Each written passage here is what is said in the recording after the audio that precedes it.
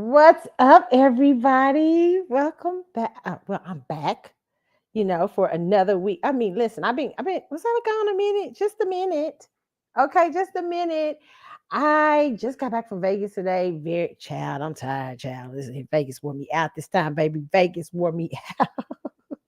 But I had a great time. I had a great time. Shout out to all the Maxwell fans, fellow fans I met. I don't like to call myself a fan, fellow admirer, friend. I don't know, I'm not a friend, but fellow admirer or something.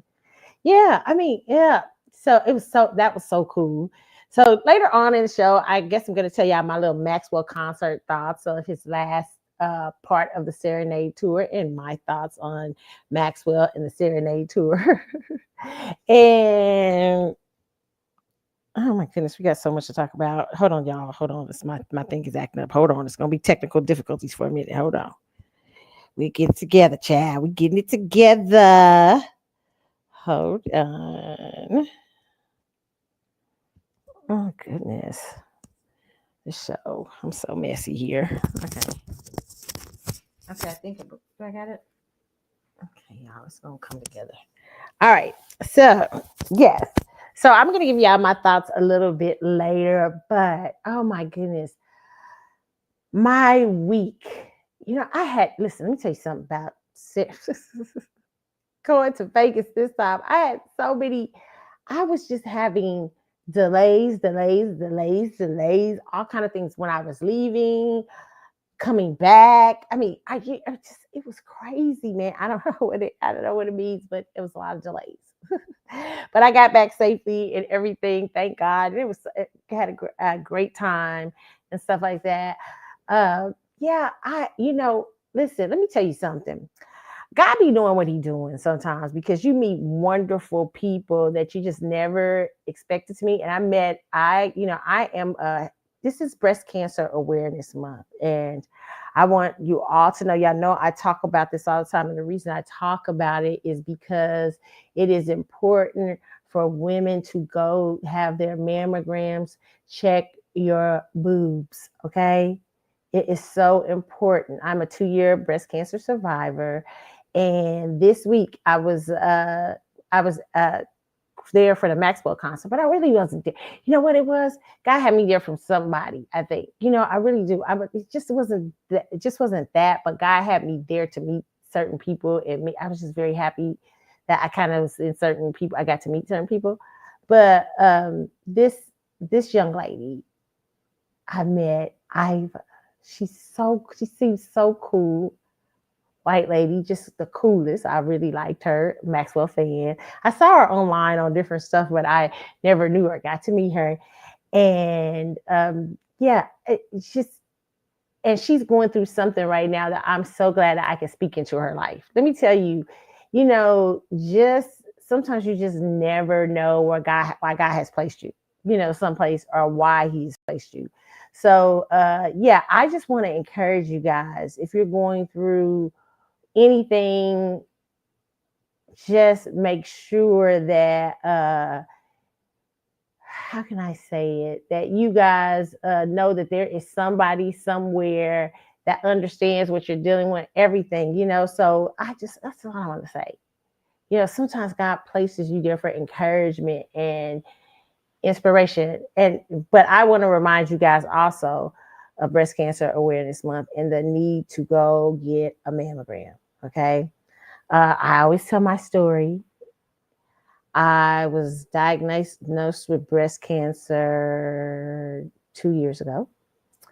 Uh, it was a shock, but it wasn't a shock. And I say that it was a shock because the moment I heard them say you need a biopsy, I was like, huh?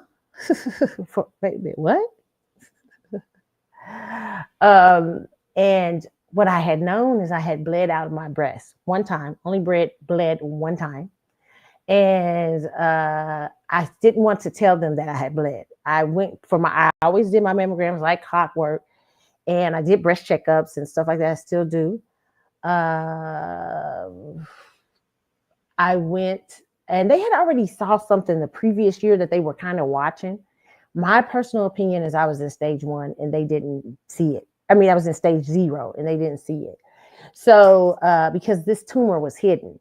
So I bled one time, only one time. Didn't want to tell them because I didn't want it to change from a diagnostic to a diagnostic. Because what happens is, it's not a longer a free screening and you're, paying a lot of money. So I said, let me just let them check. Then I'll say, hey, I bled or whatever. So they check, they see something. And I say, hey, I bled. And they said, what, you bled?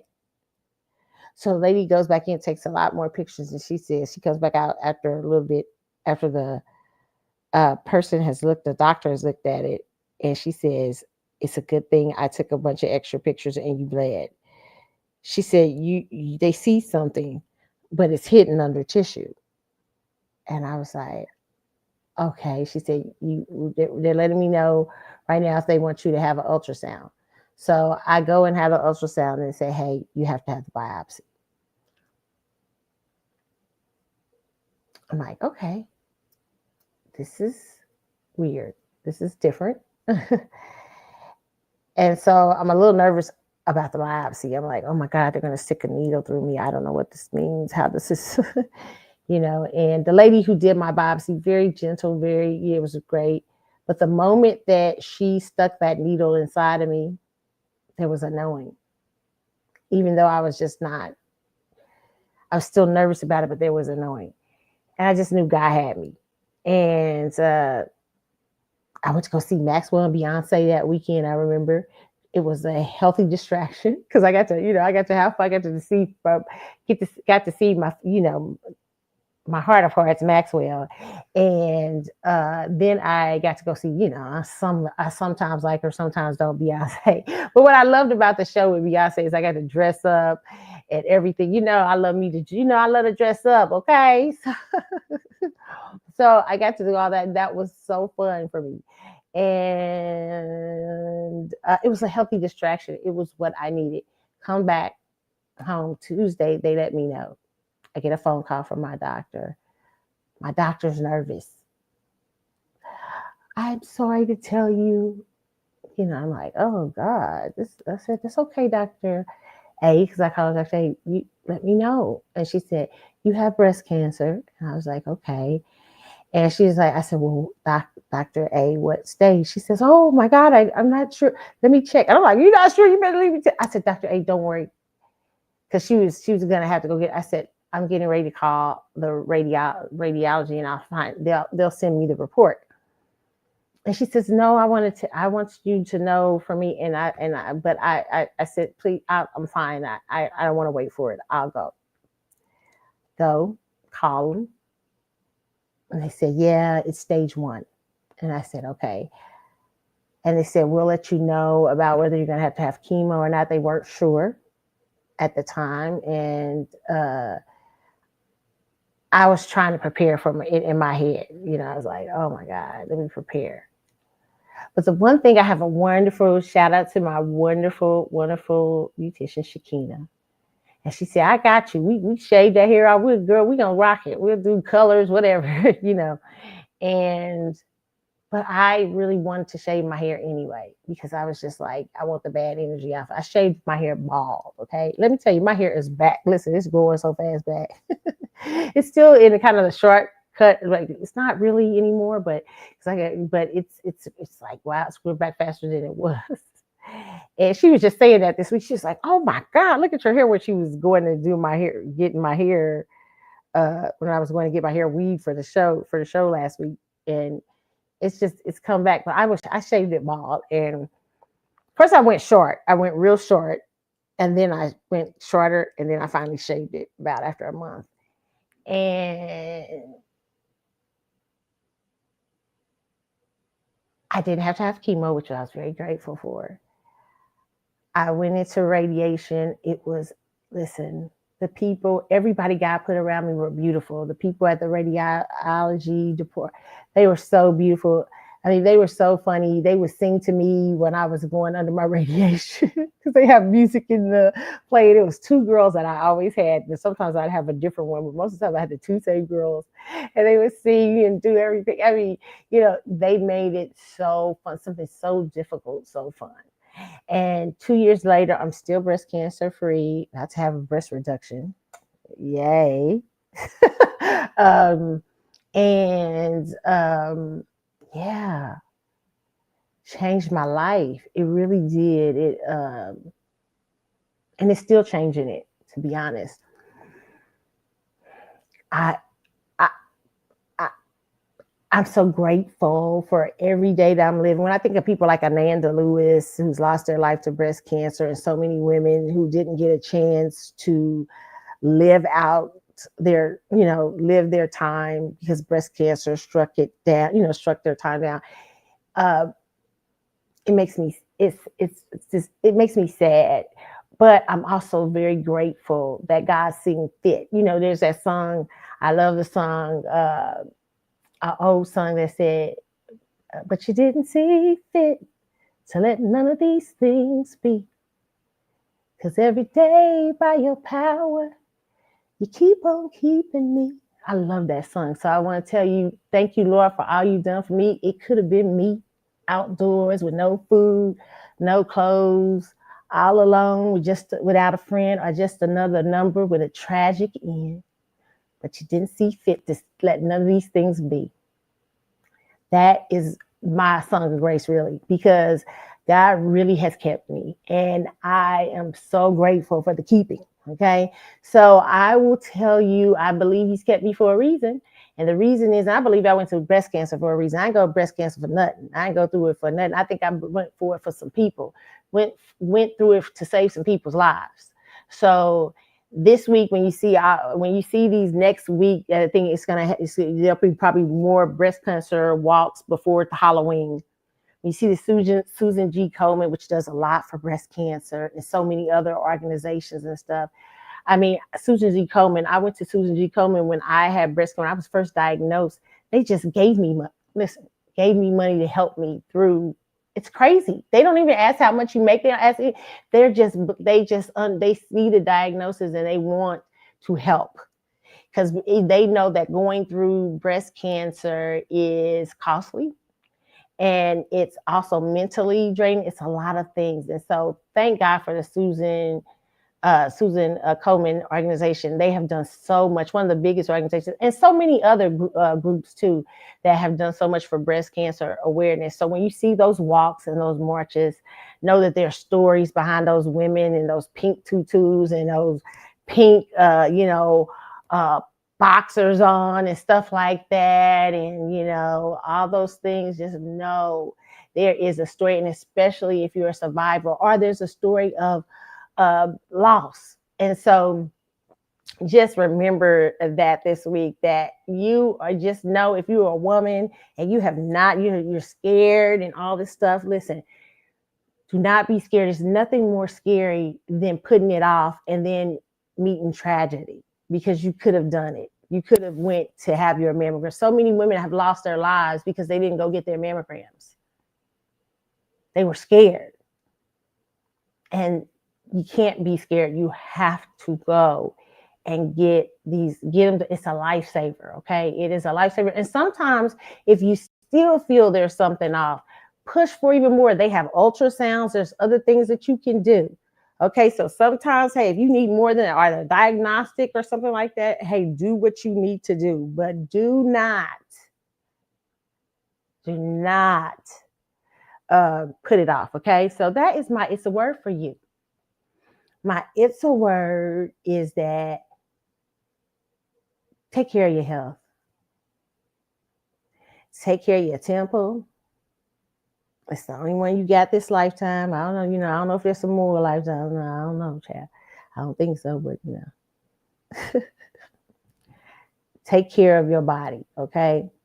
And one of the ways you take care of your body is by doing the things you need to do to keep it up, okay? And I've been having to, sometimes I have to preach to myself too, okay? So that's that, y'all, okay? I hope that sits with you. Okay, this was it last week. We lost D'Angelo. Wow. I had to sit with that one for a minute. Let me just say this, okay? Oh my God. And I don't want this to sound bad. I don't want people to think I'm saying D'Angelo wasn't great. I like D'Angelo. I just wasn't, I seen D'Angelo in concert before. I was a fan of D'Angelo's, but I wasn't a huge, my favorite song by D'Angelo is Real Love. But I wasn't a big, huge D'Angelo fan. And let me tell you a little bit why. Uh, I knew D'Angelo's.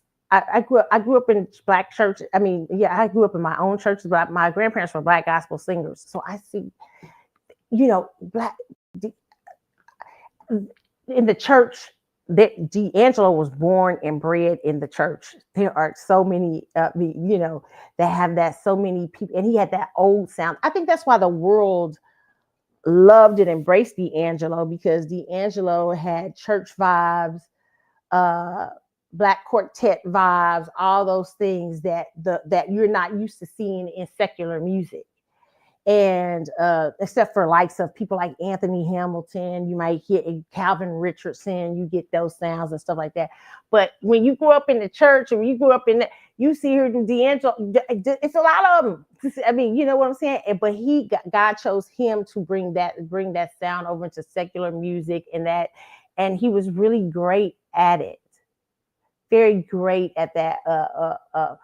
Putting that sound together. You know what? I'm gonna tell you something. This week I went back and watched a lot of old videos and stuff of D'Angelo. Some I had already seen, but I didn't realize how sexy he was. I was like, he was sexy. My mother loved D'Angelo. My mother was a big D'Angelo and Prince fan. So I remember I got her tickets for front row, but he canceled. But it was funny. She loved D'Angelo, especially after that "How Does It Feel" video, baby. Okay.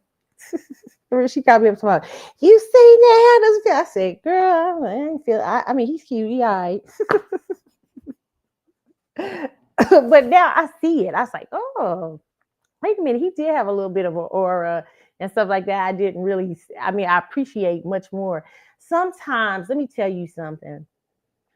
Sometimes, and this is sometimes. And I don't want this to sound this way. Your light shines even brighter sometimes after death. Sometimes you still your gifts and your aura and your energy still move even after death. He's got one of those energies. Of course, he's an Aquarius. He's a water bearer. Of course, I'm not surprised that energy still feels very alive, very moving and stuff like that. Very talented artist.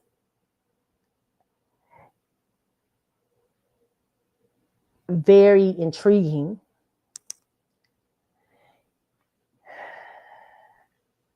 I kept thinking this week, is there a lesson to this though?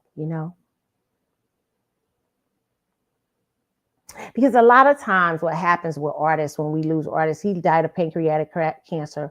Anybody can be hit with pancreatic cancer, okay? Pancreatic cancer, but there are some things that can trigger it, okay? And he was such a young guy. And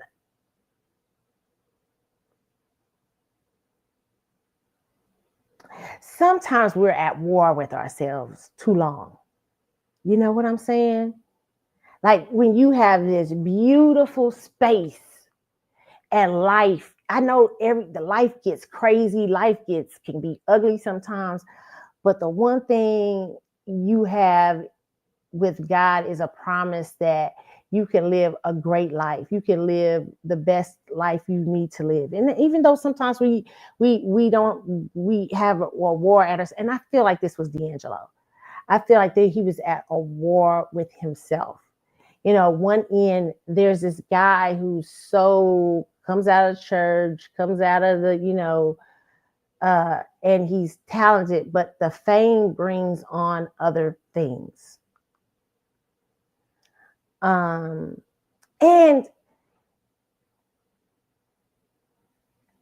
I think the war is on one end. I mean, you know what? Here's the thing about that, though. All humans are at war with themselves. I love that because the Bible talks about that I think in Romans chapter 8, it says that we are in a constant battle. with ourselves, right? Between what's good, what's evil, what's not, what's this and that, and stuff like that. I mean, it's the human. It's a human reality for us to be at war somewhat with ourselves until we bring some sort of peace into our lives. And I think that fame for him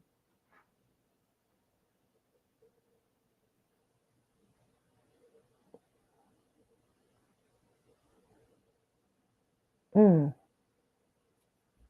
gonna tell you what I think. I think D'Angelo liked fame. Now, most people are gonna say no, he didn't. I'm gonna say yes, he did, because I saw some things that made me believe, and I heard some interviews that made me believe he did like fame. But I think what he didn't like about fame is that there is, with fame comes a lot of responsibility. And I think D'Angelo was just one of those guys who just wanted to be, like just, I want to be able to come into a room and just be down home with my people, eat some chicken, you know what I'm saying? Talk that talk, blah, blah, blah. Not even have to worry about this, not worry about that. And so, but fame brings on another beast. And this is just my opinion, okay? This isn't just my opinion. And I'm just using this to talk about what I feel about his life. And hopefully it will help someone out there. What God, I hope what I'm saying. But I feel that was the hard part, was like,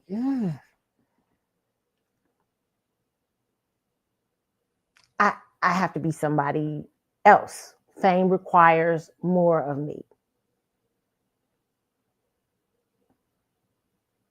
And I think it took its toll. Let me tell you guys something. If you're super talented, you can sing, you're gifted, you can act, you can dance, whatever you can do.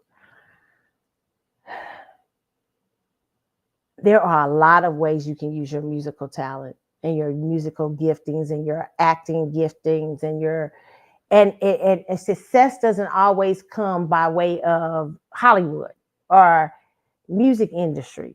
You know what I'm saying? And I'm not saying, and thank God D'Angelo did bring his talents to the world, and it cost him, I believe, dearly in his spirit, man. But for young people out there who are, and not just young people, old people too, because old people have dreams, older people have dreams and visions. The dreams and visions, a lot of times God didn't bring people into their purpose. In the Bible, Moses was 80 years old when he went to lead the children of Israel out of Egypt. Joshua was in his late 40s when he took over for Moses, and he took over with a sidekick who was older than him named Caleb, who was an old man. So sometimes God will bring, your giftings will come later, at later points in life. So I'm just not talking about young people. I'm talking about older people too. Whatever it is that you feel like you are called to do, make sure that you're called to the place you're called to. And make sure you understand what the price you're going to pay. Everything, nothing is done without sacrifice. And I'm not talking about no crazy Illuminati shit either. I ain't talking about that shit. The crazy asses if they out there doing it. Somebody out there doing that shit, they crazy as hell. Okay? I'm talking about nothing in God, the way God even had, when you enter the earthly realm, okay, y'all got to think about biblically. This is my person. I'm going to preach to y'all a little bit tonight. But when Jesus entered the earthly realm, God understood on earth how he created the earth. In order to save mankind, I have to present a sacrifice.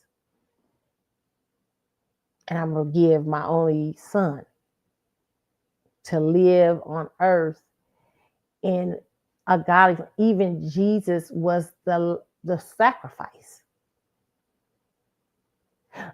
Remember the great part, if you guys love Bible stories like me, remember when Isaac was bought, was it Abraham? Was it Abraham and Isaac? I think it was Abraham and Isaac. Abraham was supposed to sacrifice his child. And God told him to bring up a sacrifice to him. And he just wanted to see, hey, will you do it? Are you willing to do what I need you to do for this call. And he was about to take him out. And God said, stop. But everything in your life requires a sacrifice if you're going to do it. Even when you don't do what you're called to do, or you don't finish your mission for this lifetime, you will still leave this earth paying a price.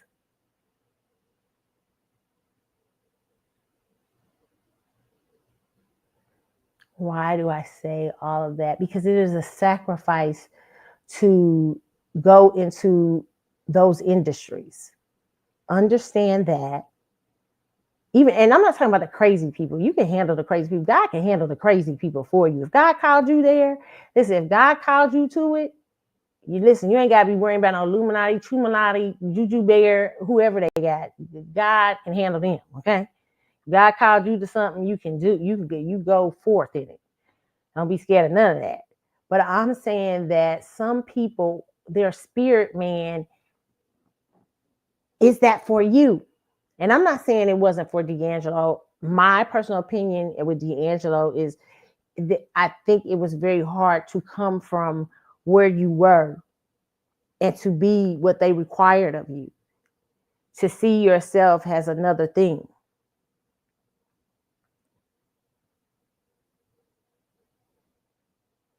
Now, the Bible says the man looks at the outer appearance, but God looks at the heart. So when you're in the entertainment business, man who is going to look a lot at your outer appearance. And they're going to be requiring so many things of you if you decide if that's where you want to go. If you want to say, hey, I want to be a worldwide music star, no, it's going to cost you something. And what that cost is up to you. You have to be you and God in prayer, but you have to be able to understand what it is. It's one of the things I think great tragedies of Whitney Houston. Whitney Houston, there's no doubt to me that Whitney Houston was called to where she was called to. But Whitney Houston could never see herself as they presented her. She never could step into the requirements of that thing. You know, I'm watching right now back on and listen, I'm telling all of you guys, if you haven't got a chance to see David, let me tell you something. The story of David that's been on Wonderland or Prime. It's the second season, baby. Because I love me some David's one of my favorite characters in the Bible. Okay, if you never got to see the story of David, child, y'all gotta watch it, child. Let me tell you something. Okay. One of the things I love there on the second season of David, they're showing Saul, the king that was before David, that God had called. And when God rejects you from something, when God says, all right, you don't want to do what you want to, you just want to do what you want to do. Saul could never see himself as God saw him, which caused his rejection, caused him to lose his kingdom, and possibly his soul. I'm not saying all that about D'Angelo. That's not what I'm saying. Okay. But what I'm saying to you tonight, I'm really hoping I'm saying that you have to be able to see wherever you're going. You have to be able to believe in yourself enough and believe in your power that you can step up to the plate and be in the position of what God is called. Because sometimes God will call you out of yourself. You know, there may be 1 minute you hanging on the block with your friends and everybody's cool and you cool and blah, blah, blah, blah, blah. And then, you know, okay, let me give you an example. Tonight, if you in your house, you got people over, you got blah, blah, blah, you're hanging out, you got your regular, you a homie, that's your homies and stuff like that.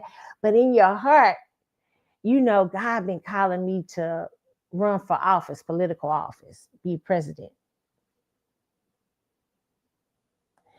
Now, you know, you from the hood, you from the streets, you got your homies, you know, you got everybody this and that and this and that. But you know that being president is going to require something great of you, a great sacrifice that is beyond you. Some of those people that you love, some of those friends, some of those people, they can't go with you.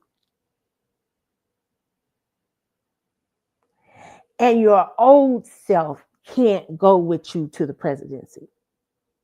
You have to become something else. It doesn't mean that you don't have remnants of your old self, pieces of your old self, because it is the things that of your old self that God saw in you that could make you ascend to where you need to go if it's the presidency, right? I'm just using the presidency for example. But you can't stay in the same place. You have to be able to take your place. You know, let me give you another example. It's just besides, I talk about Saul night, but and yeah, y'all please watch David on television. But Queen Elizabeth, I mean, I love the story, the history of the royals. It's one of my favorite. I mean, thing to. I've been doing it since I was young. I used to love their history, and one of the powerful things about Elizabeth was never expected to be queen. She, her uncle, the story, forfeited the crown because he fell in love with an American divorcee, and that was a no-no for the king to marry a divorcee and an American. Okay, it's just too much. And so he gave up the crown, and what ends up happening is Elizabeth's father, who never. Some people felt that it killed him being the king because he felt like he wasn't fit to be king. Never settled into being king. But Elizabeth, who was the firstborn, was suddenly thrust into her whole life changing. The crown was everything.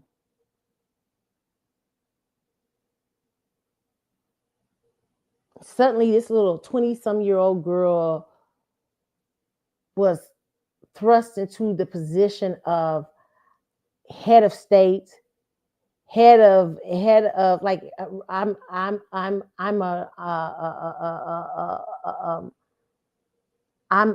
the head of the monarchy.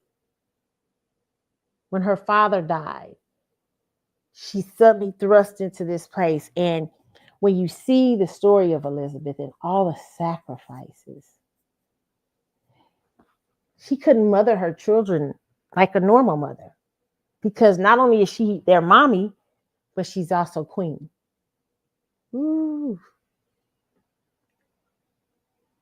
Relationship with husband. Loves him, but I'm queen still. I'm your queen. Oh man, y'all don't know what I'm saying. You know what I'm saying? When you called into a position, and let me tell you something, that Taurus did that shit. Taurus, you did that shit. You did that shit for about 50 years. She held true to that crown. Not that she didn't have some faults or some downfalls or lessons to learn, but baby, she stepped into that position and rode it in the stories, and how her family responded to her, and how the things that crown being put up on her head cost her. I hope y'all hearing what I'm saying tonight. It's going to cost you. Keisha, what are you saying? What does that got to do with D'Angelo? I think the great lesson of D'Angelo is understand the price.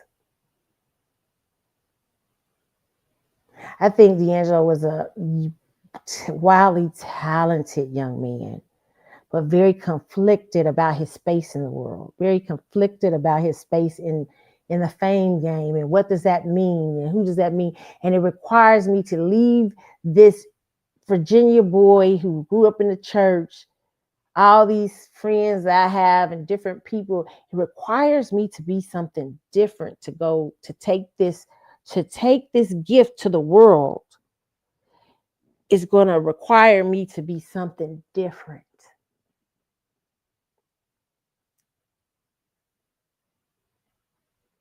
And I'm at conflict with that. And a lot of people are, right? And it's just not in fame, but it's in your positions. Like if at work, when you're suddenly thrust into being a manager and you've been a little, let's say customer service rep, and now you're the manager of over all the customer service reps, you know that the cost is that maybe where you were real friendly with people before, things change. Now you're their boss. You have to be able to step into the position and hold fast on it, even when it's uncomfortable, even when it's shaking you. And I think that was hard for him. I think that's just my personal opinion about it. I think it was very hard.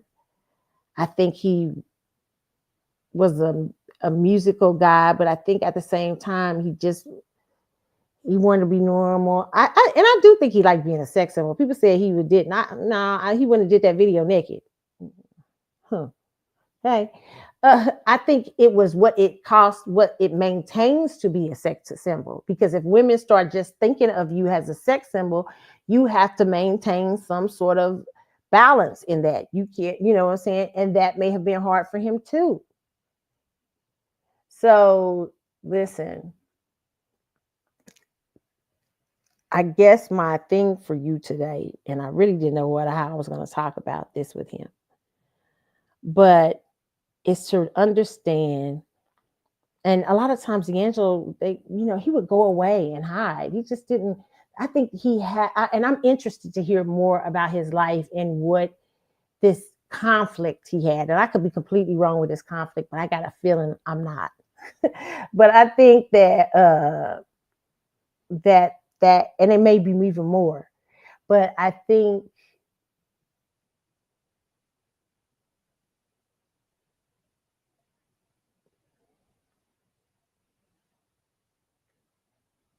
that those things, coupled with other habits that you pick up, not taking care of yourself, all kinds of things, that war within yourself can end up killing you.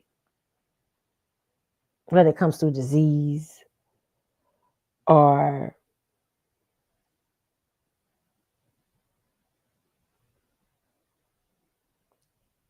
sicknesses, mental health, all kinds of things.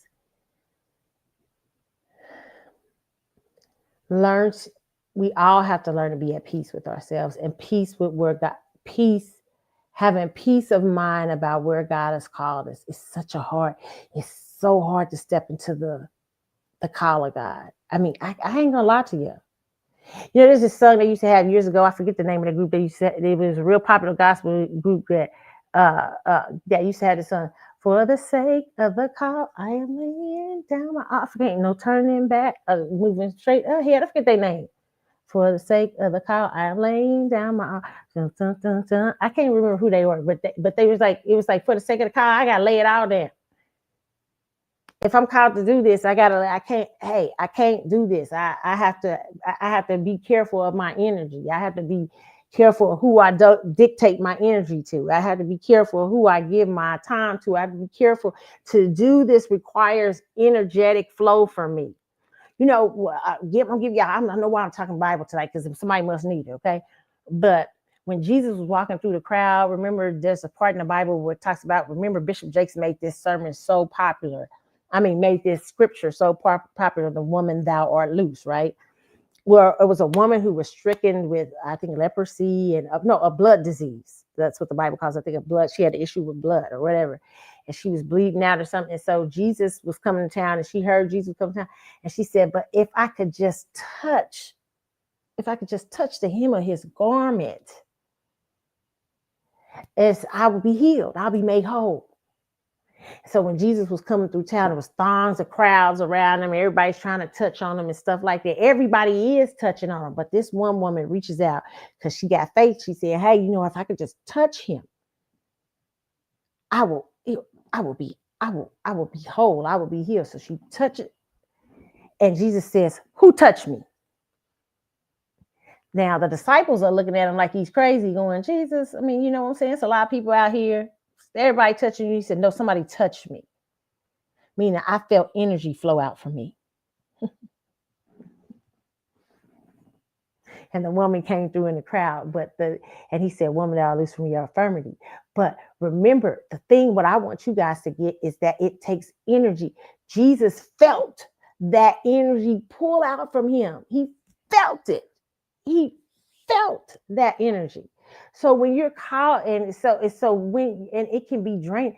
If you're called to something, you better be sure that you're called to it, because the energy and the force of life that pulls out, that comes out of you to do a thing that you called to, takes a lot. You know what it takes to be Beyonce? I mean, seriously, let's think about it, okay? You know what I'm saying? Now I know I don't like her and all that. I be getting mad at her sometimes, but you know what? I like her. Sometimes I love her, sometimes I hate her. But you know what?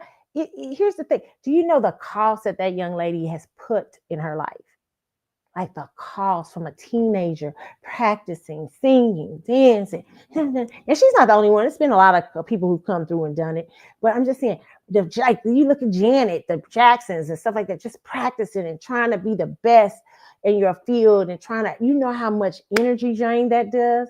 You know how much energy it is to put on a tour? You know how much energy you give?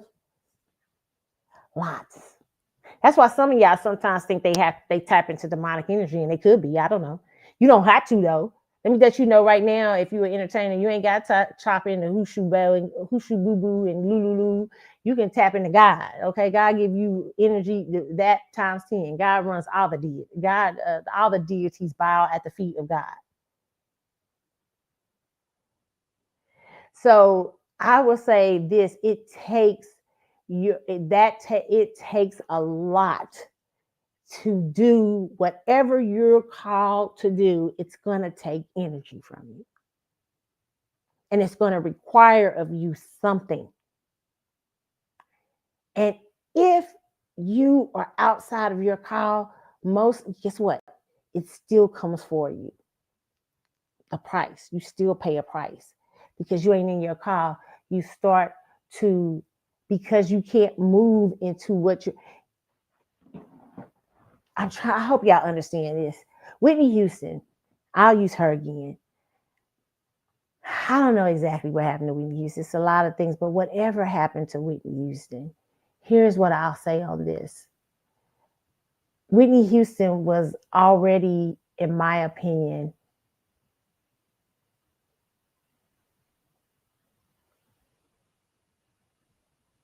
gone in some senses years before, because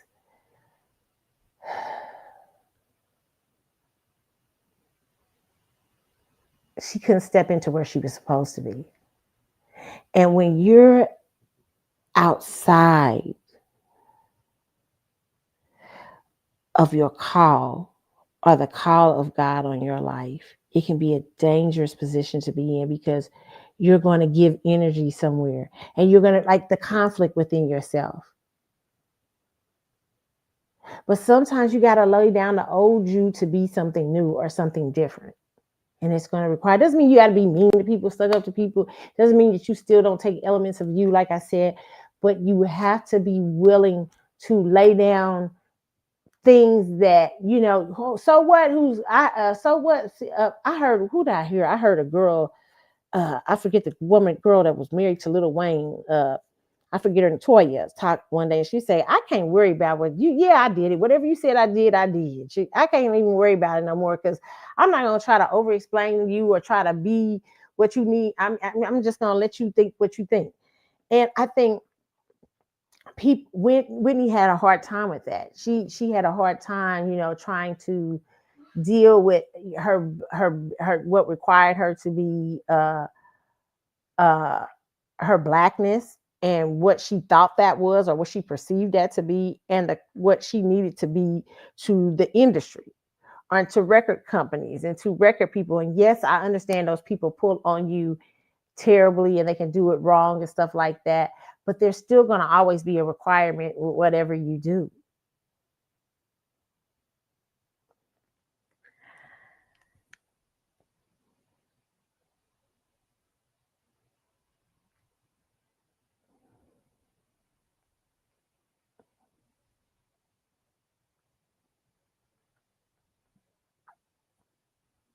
the thing is, it's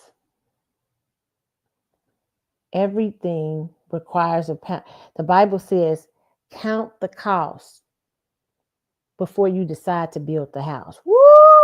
Listen here, let me tell y'all something about that. Lord, how many times have I learned?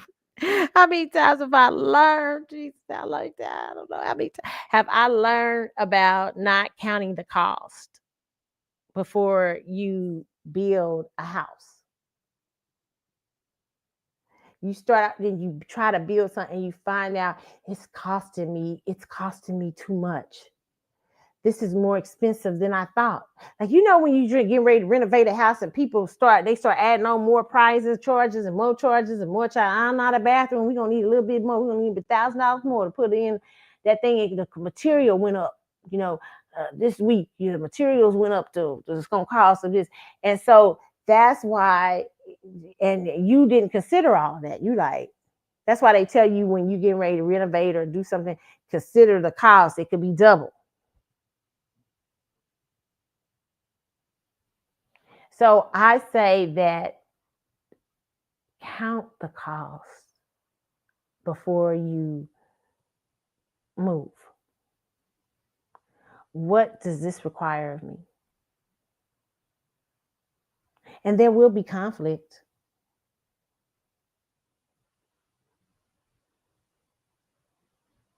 But you have to decide what price you're willing to pay.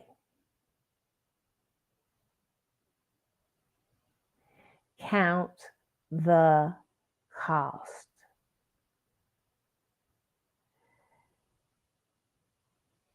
D'Angelo, great talent. But I tell you what, I'm going to tell you the truth. From everything I heard, you got to count the cost.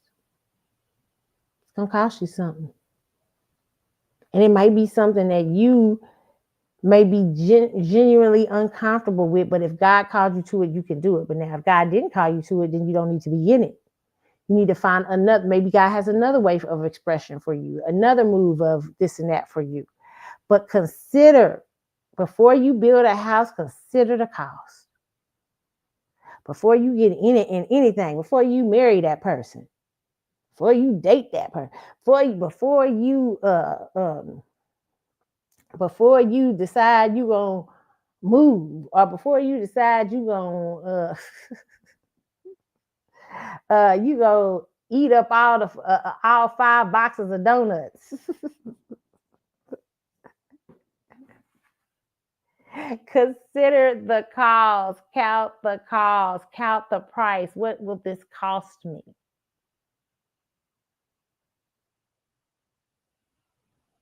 And see if you can pay the price.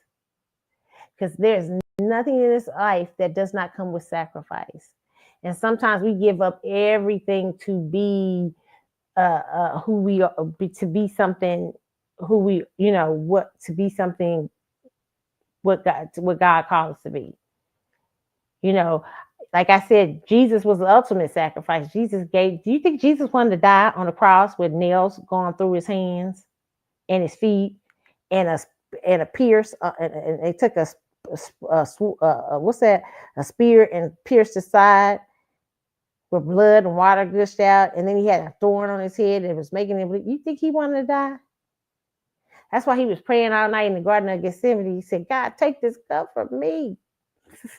I want to do this. So scared, he was crying drops of blood, sweating drops of blood. He was so scared. Because but he understood, this is the price. I came here to be this sacrifice. And in some ways, I hope you guys take the time to listen to D'Angelo, some of his interviews, listen to some of his music. And if you are a person who's being called to anything in life, understand that the sacrifice is sometimes you. Your gift will sometimes require all of you. And you can't drink it away. You can't party it away. You can't smoke weed it away. You can't do this away. You can't do this away without stepping into the call. Most of the time when they're doing all that, they don't really want to step into the call. You can't eat it away.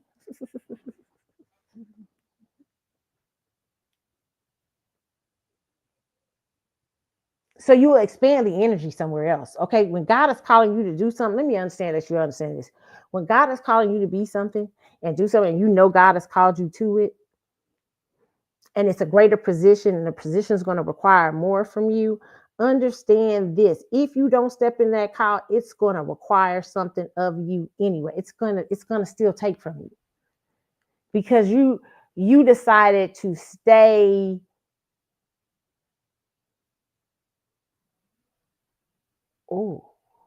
where you're no longer working, where you no longer are in movement, where you're no longer,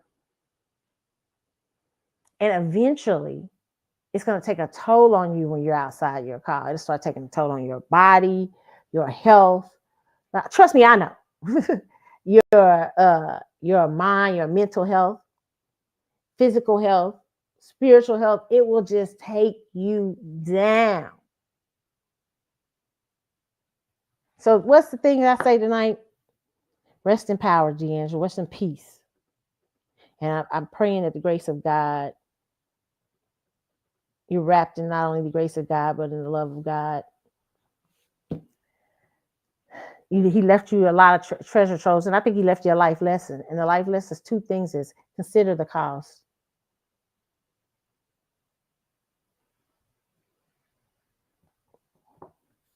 And once you've considered it and you figured that you got enough to pay for it, pay it. Because you're going to sacrifice one way or another. Okay? What you think you're running from, what you think you're drinking up, or what you think you're drugging up, or what you think you this and that, to just run away. You know, what's the great story of running in the Bible? Jonah. God tells Jonah, I want you to go over there and preach to them people because I'm about to wreck their stuff. They over there acting a fool. I want you to go over there and tell them the word of God and let them know I love them and they need to be saved. Jonah, like, I don't like them people, God. I ain't going over there and tell them nothing. You got me bent. Now, who you think I am, but I ain't going to them people. Matter of fact, God, I'm about to go on this ship right here, and I'm gonna head the other direction because I ain't down for the bull BS. Okay, God, I'm on the ship. I'm bound in my business. I'm gone now. Jonah got this ass on that ship. The ship started tossing and turning. The people came down there and woke him up and said, "Hey, what you do? You done offended God." He said the waters got rocky. As a matter of fact, Jonah said he knew that if he didn't tell the people, "Hey, sacrifice me into the water, throw me into the water, then this will be a piece." The men didn't want to do it, but he said, "Throw me in it," because he knew God was gonna wreck up that boat. You supposed to be where you supposed to be. You supposed to be doing what you supposed to be doing. And when Jonah jumped down, he was in the belly of a fish. A whale came and swallowed that. So he's in that belly of fish for 3 days. God like, "Oh, hey, what you want to play with me? You want to be down here in this belly? You want is that how you want to end this? Or do you want to go for the call? What I called you to? I told you to go over there to them people in Nineveh and talk to them. Don't get swallowed in the belly of the fish."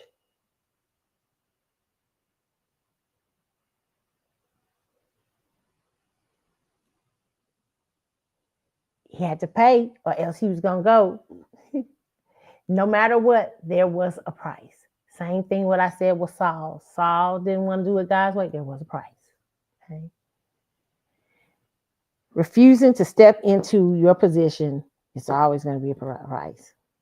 And y'all like, Carlotta, what are you saying? I'm saying, yes, I do think in some ways D'Angelo did not do that for himself. I'm not saying that pancreatic cancer came because of that. No. You have so much of time in your life anyway. But we can also waste so much time. We can also waste so much time hiding from who we're supposed to be, running from who we're supposed to be. And things will come to visit you to let you know, you're going in the wrong direction. I need you to go this way. Because no matter what, you're going to pay a price. Okay. So that's it. I hope I made sense with that one. Okay. All right, and yeah, just very powerful musician. Okay, all right. So you guys, let me tell you about the Maxwell concert. It was the last Serenade tour. Yay! I mean, that's no the last show of the Serenade tour. Okay, so fun. Went to Vegas, met so many great people, so many Maxwell people. It was, I mean, some Maxwell girls and who I call Maxwell girls and stuff like that. Who usually travel, see Maxwell. Listen, let me tell you something. I had two of the coolest white girls next to me. I don't know, these white girls was cool. We was talking astrology, everything. We was like, yeah, blah, blah, blah. They was like, what is he? I was telling them, oh, he said, I said, they was like, he's, the white girls was asking, because they were married too. They were asking me, oh, is he's in his 50s? He's not married. I said, well, he's a Gemini Aquarius. I said, he's a Gemini sun, Aquarius moon, and a Libra. I think, well, they say a Libra rising. I said, I mean, with a stellium in Gemini, with a Venus in Gemini, Mars in Pisces, and what is yes, Venus is in Gemini, Mars in Pisces. Do you think he wants to settle? Do you think he's gonna ever settle? Yeah, they're like, shit, you're right. It's like that. I mean, he could. I don't know. It's gonna take a special. It's gonna take. I don't know. It's gonna take something deep. It's gonna take something deep.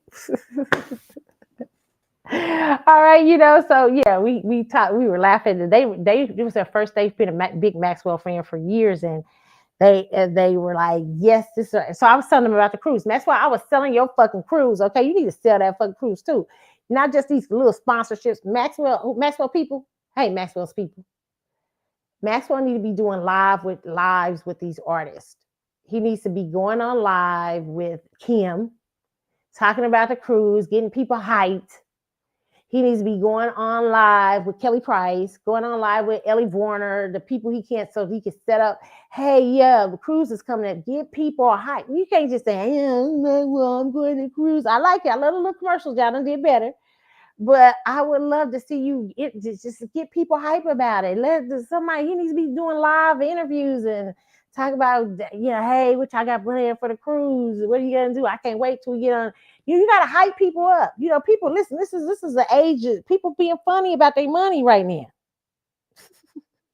So you gotta make people know they're gonna have a show. I mean, put out just be more attached to your project. That's all I'll say on that note. I mean, shit, you didn't even discuss it. I would have been like, we having a cruise on the stage. Yeah, y'all know about the cruise?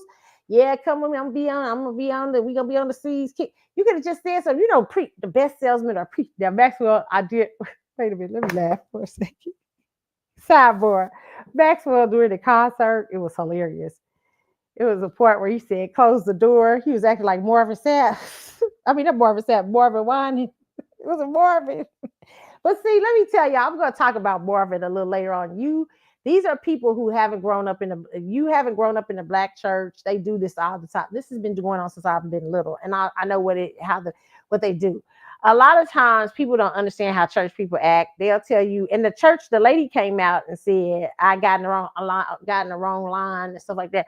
Even though I've always hated those type of lines. You could do that back in 1985 and get away with it. In today's internet world, people who don't know how churches raise money and things like that will look at that with great offense and stuff like that. But Maxwell had this little part of the show where we saw, close all the doors. I want my $11,000. I said, fool, nah, close all the motherfucking doors and you give me my money for all these shows.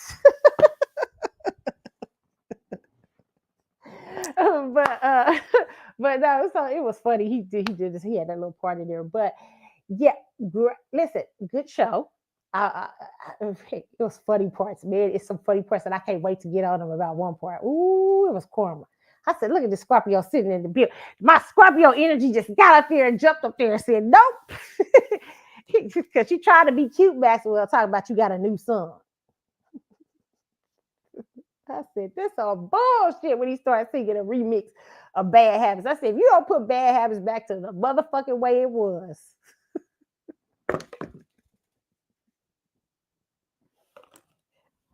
That's why the track start running on your ass. I was in the audience. You can't play with me. Don't play. Like I blinked at Beyonce. I feel like I'm bewitched. You know, bewitched when she used to blink her eyes and like all the little things. She like twinkle her nose, twinkle, twinkle. She twinkle her nose. I feel like I did that. I do that at Maxwell shows when Maxwell want to act out. I was just like twinkle, twinkle. Like one time he was getting ready to do that horrible. He still do it, but and the lights would come on. I was laughing my ass off because I was particularly irritated that night, and I was like, I don't even want to see that part.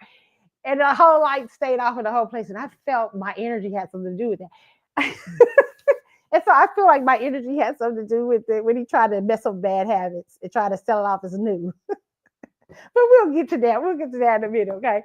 Okay, so the night starts off. Let me tell y'all about my night. Okay, it starts off. Listen, okay, the only thing I hated about my outfit is because I did these.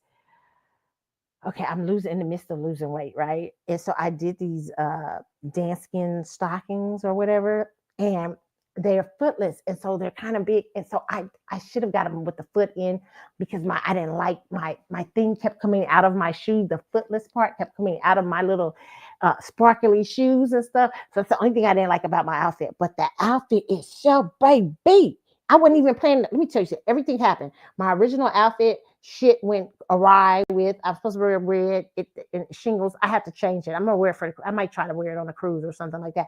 But the shit, it went all awry. Then the outfit I was supposed to have that I was thinking it was going to be the outfit. It's pink, it's sparkly, it's beautiful. I am going to wear that motherfucker on a cruise, and I'm going to turn that bitch out when I wear that. Okay, let me tell y'all that right now. That motherfucker's fire. Shout out to Angel Brinks. Okay, yes, baby. Oh yeah. Oh yeah. But yeah, so I did. So I was like, dang, what can I wear? So I was thinking, I had to change up my outfits, and I was like, okay. I had this outfit that I had never worn, and it was very showgirl. I said, you know what? Maybe I put some. So I called my fashionista friend, Fee, my girl, my bestie from back in the day. My sister. I can't even call Felicia my bestie. Felicia ain't my bestie. I always tell people, Felicia ain't no bestie. That's my sister. Okay. Two Scorpio girls, we're all each other's bodies is buried. Okay. So I call her up. She's a fashionista girl. I say, hey, you know what? I'm glad I decided, let me show you this outfit. Oh yeah, that's cute. I said, can I wear? I want to be comfortable. I don't want to wear no high heels. I don't want to do this. I just want to wear some comfortable shoes. Can I do some sparkly shoes? Oh, that's cute. Yes, you can. Yes, you can, bitch. Yes, you can. It's Vegas. Okay. So yeah, so I put them on. Child, let me tell you, your girl was shimmering. She had the Donna Summers hair. What's the Donna Summers song? I can see. What's it? This is our last dance, last chance, romance for love. This is my last dance, romance. Yeah, I felt like that. On the sun, I felt like all the Donna Summers hits. Bad girls talking about the set. I felt like I stepped out like 70s showgirl. God damn, I got so many. I got so many compliments. Shout out to all the women. The women would stop like, girl, I love that. It was compliments all over. Yes. The men very staring. They were loving. The outfit was gorgeous. Okay, loved it. I felt cute. I felt sexy. I felt showgirly. I did. And so yeah, I loved all the sparkle, sparkle. I loved it. I loved it. I liked it. I felt good about it. Okay. Very boobies. My boobies was, the girls was up just talking to everybody. Hey, meet you in the room. Hey. So that was my outfit. Okay, that's what I wore. Okay. Go to the meet and greet. Okay. So it's fun. All of us, some of us girls who know each other, we're all meeting each other. Hi, everybody's hugging, everything like that. A lot of us are going to the meet and greet. Everybody's trying to be last, Maxwell. Everybody's trying to be last. What do we know? Maxwell, you got to try to be last. They all be trying to be last and be funny as hell. Okay, so we get in the meet and greet. Maxwell comes running in. I don't know if they gave him hyper juice. I don't know if he had some Coca, like 5 Cokes, or I don't know what he did before, but he's hyper as hell, running in, he runs behind the bar, shots for everybody, because we're in this VIP, like this little VIP place where it's a bar or something like that. He said, "Yeah, photo shot, shoot shots." I'm like, what the fuck? He's so cute and corny. Right? So we're going through the meet and greet. We're back talking to some people. We're laughing. You joking. So finally, we get in line. This is big family before me, which is, I think, one of his Maxwell's people's family or whatever. And it's so here comes my time. I'm like, okay, yay, Sparkle. I'm getting ready to come up here. And he's like, hey, you. I'm like, hey, I want to say, do you even know my name? Do you know my name? I know you know me, but do you know my name? Right? So he's like, hey, so he pulls me back and he's like, you look great. I'm like, oh, thank you. I don't know if he said that to like 1,000 others, but you know what I'm saying? I was like, oh, yeah, I do look great. But I felt like the photographer was like tired, like, God damn, let me take the picture. It's like, what the hell? Like, right? And I was like, okay. And he's just look. I mean, I can't. Can I tell you though? I'm never in. I hate to say this. I try my best to be grounded in these meet and greets. I try my best. I'm a Scorpio girl. I don't really like small talk. So it's hard for me to ground myself in them. I'd be like, I'm trying to ground myself in the moment of him. But what I realized, let me tell you what the moment when I'm trying to ground myself and what he's saying to me, I realized, like, am I tall right now? Because these shoes are making me tall. Like, usually I'm down below you, but now I feel like I'm kind of more in your face. That's what I was thinking in my head. I wasn't thinking about the picture. Then we hug and we take the picture. And then he grabs my hands and for about 20 seconds starts singing something to me. I have no clue what he was singing. All I heard was la la ha. What was it? Ha. What song was that? What the fuck? What was you singing? I'm like, this. We always have strange interactions. Maxwell, why do we have such strange interactions?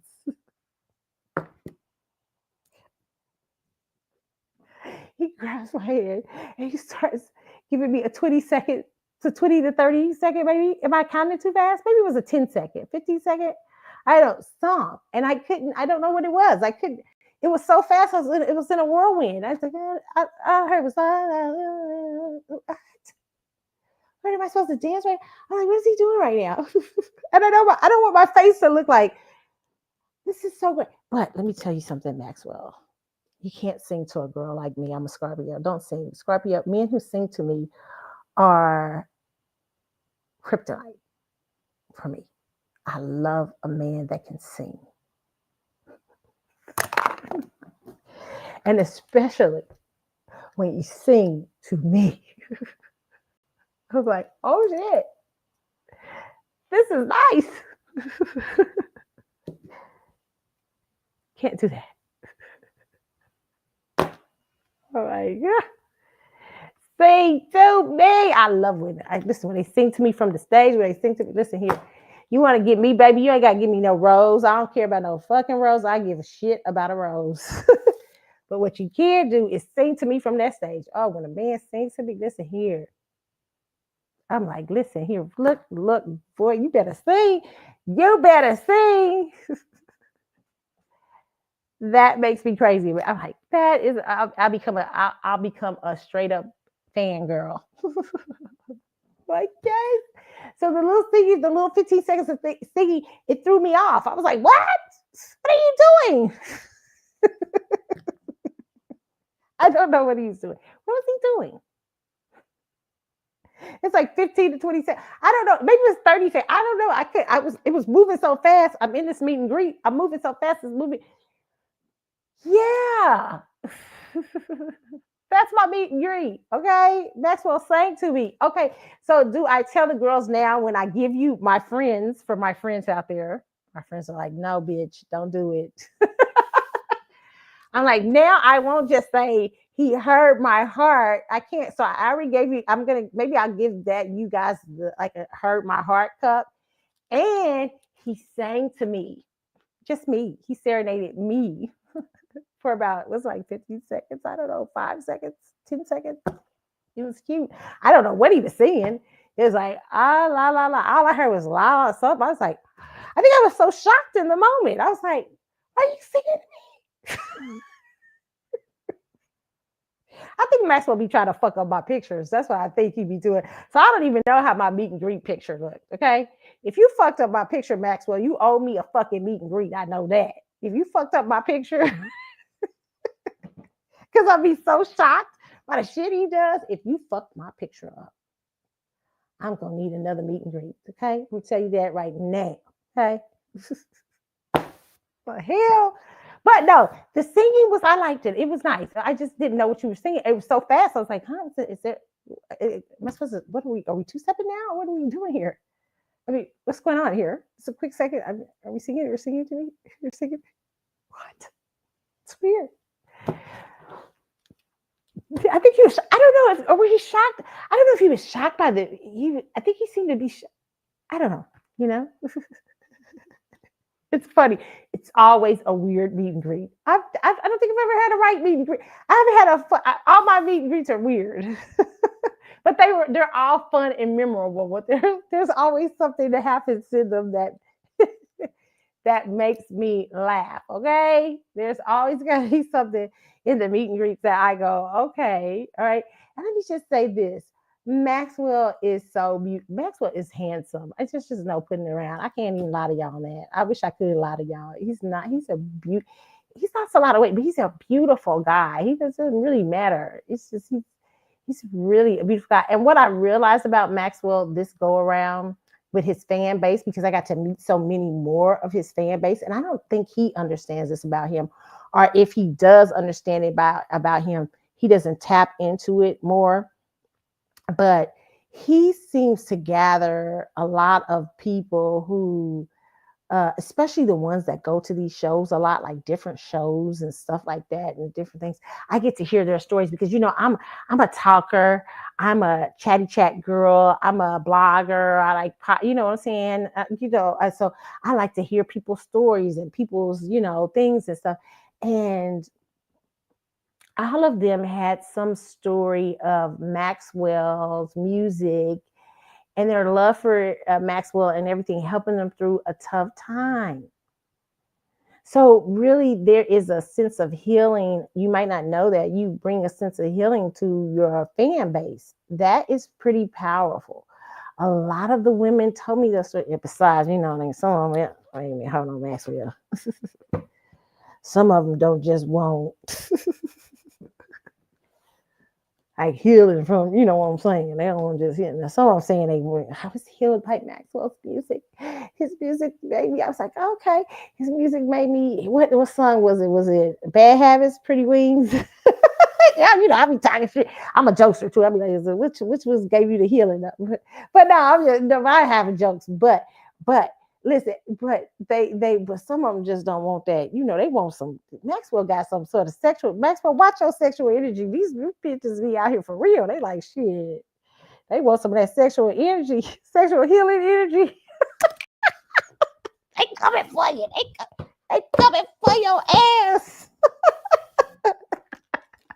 Okay, bitch. They after his ass, okay? Listen, okay, but he does have a sense of healing. People, sidebar, do you know that some people have a sense of healing that they pass, even if they're musically inclined or spiritually inclined or something like that? They can have a sense of my grandmother is one of those people. My grandmother has a beautiful voice, what I'm saying, singing and talking. My grandmother, she could soothe you on the radio. When she was DJ on the radio, she soothed you musically. And even now when she talks to you, when my granny called me, I was just talking to her tonight. Send me some video of Maxwell. So I sent her some things from my step, because I didn't hardly tape anything because I wanted to watch the show, right? So I sent her a couple of videos from my friend Stephanie videotaped. And so she's like, I just want to see him. I want to see what he's doing. And she still has this little light voice. She doesn't sound like she's 90 at all. She sounds like she's young. So it's so funny. So she just got a smoothing energy, healing energy. Both my grandparents do really. It's just one of the reasons I think I was raised by them, because I think as being a child, that where you didn't you were raised by other people, they had to have a sense of healing energy for me to be able to like withstand that, that stuff. But to withstand what my, how my life, being without parents. And I think my grandparents, especially my grandmother, my grandfather too, but my grandfather had healing in a different way, but my grandmother, especially in speaking life into me, and not that, understanding situations and stuff. So yeah, so you do understand, like, what I'm saying is that some people do have a healing energy about them. And even, I'm joking about the sex thing, okay? But listen, this is true, okay? Let me tell you something. There are certain people you can have sex with, and it just depends. You have your energies, they can heal you. No doubt. I ain't gonna lie. I ain't gonna start y'all. I ain't going there. Okay. I'm not going there with y'all, because y'all gonna be over here calling me. Yeah, now wait a minute now. How can I get healing from? But that's why I say some of them look for that sexual energy, baby. They are the sexual healing. Sexual healing. They like them, okay? They like Maxwell, all right. Yeah, so yeah, so I go to the concert. Lucky day, so good. I met these two wonderful white women. They're so awesome. I love them. We exchanged Instagrams and stuff like that. And they want to go on a cruise. So I'm gonna try to get them to go on a cruise. They were like, we can hang out and everything like that. So I don't know. They might go on a cruise. I really like them. They were so dope. And we got to talk, like I said, we were talking astrology, but one of them kept one lucky day to take his shirt off. Okay. I love me some wild ass white girl. All my friends, I've always had a wild ass white girl. When I was young, I had a couple wild ass white girls. One was a Grateful Dead head. I told you it was a dead head. And these two white girls just seem like they bob. They crazy as hell. So I'm liking them. I like them. Okay. I like them. I'm hoping they do go on the cruise. Okay, I feel like it'll be a party, a blast. But yeah, so but yeah, they were next to me. They were funny. We were talking about astrology, all kind of stuff, which I love. You can't, you talk me get. She's like, they're like, we're talking our language now, astrology. We love astrology. So they were saying, what do you think it is? So what do you think of person? What is this? Is that? Oh, blah blah blah. I was like, yeah, baby, no, wait a minute now. If you this and that, you just blah blah blah blah. And here's the thing: the girl that was next to me, she is like Beyonce. She's a Virgo sun with a Scorpio moon, right? So I told her, you know what? I'm a Scorpio sun with a Virgo moon. She's like, so we're hitting each other. So because we're Scorpio. And she's like, well, I feel like it's because she feels like a Scorpio because she has that's your energy. Like sometimes I feel like a Virgo, because my feelings, when you're a moon sign, that's talking about your emotions and your feelings. So your moon sign dictates your, how you feel and stuff like that. And so that's why she says she feels like a Scorpio. And a lot of times Scorpio moons will have more energy sometimes than Scorpios. That's Scorpion. Okay. I believe Beyonce has a lot of Scorpio energy. But yeah, we talked and it was fun. They was first time seeing Maxwell. They were so excited, super hyped. Let me tell you what I liked about Lucky Day. Okay. I love Lucky Day's energy, and Lucky Day is sexy. Okay. You sexy Lucky. Okay. I ain't gonna lie to you. You sexy. Okay. Uh, I was sitting there and I was thinking about him, and I was like looking at him. I said, dang, I think he might have inspired a script for me. I was like, oh, I think I'm gonna write that for my this thing I got coming up. Shit. Once I finish this one play, which I'm almost finished. But yeah, I'm like, oh yeah, I think I'm gonna write. It's not a play though, but I think I need to make it a screenplay. This is very different. But I thought about it with him. But I like Lucky Day. I will say that I think Lucky Day will be a big star one day. If there's my only thing is that Lucky Day is such a great artist, but you gotta make being that sexy, having that much sex appeal. Oh God, and I don't know. It's so hard for me to tell male singers to do this because sometimes male singers may not want to do this because they may be trying to be not a hoe, and stuff like that. But you need to. I mean, you need to sing to the girls more. Look them in the eye. You can't. I mean, you can't be just jumping around and he's just moving around. I like his energy, but it's like I want you to make eye contact. Uh, Bend down, sing to some girls. Yo, yeah, you know how tell us your story because you know what? Lucky, this is what I feel happens with you. And this is what I'm really serious after seeing you perform twice. And I can't wait to see you perform on the cruise. I like Lucky. I love his music, okay? But I feel like people miss the deepness of your music. His music actually has a lot of deep things about relationships, love, life, and everything. And I think people miss it because he's so much out there jumping around. And I love the jumping around and jerking. I just think it has to be done at a certain time to make it more powerful. That's why choreographers and stuff are so powerful because they can teach you how to emote at certain times and when to pull back because certain things with audiences sometimes need to know how to interpret your songs. Like, you know what I'm saying? You need to really, and I know that's nerve wracking. You know what I'm saying? To sit there and to have to, if you're singing to me about being the love of your life, then I need to fucking feel like I'm the only fucking girl in the room. You need to have a way about yourself that when you sing these things, you don't need to jump around. You just need to stand there and give it to us raw, baby. Give it to us, Lucky Lucky. Because I see what you be doing, Lucky Day. Oh, yeah, I see what you be doing. I said, I see Lucky. I see you. All sexy. It is sexy.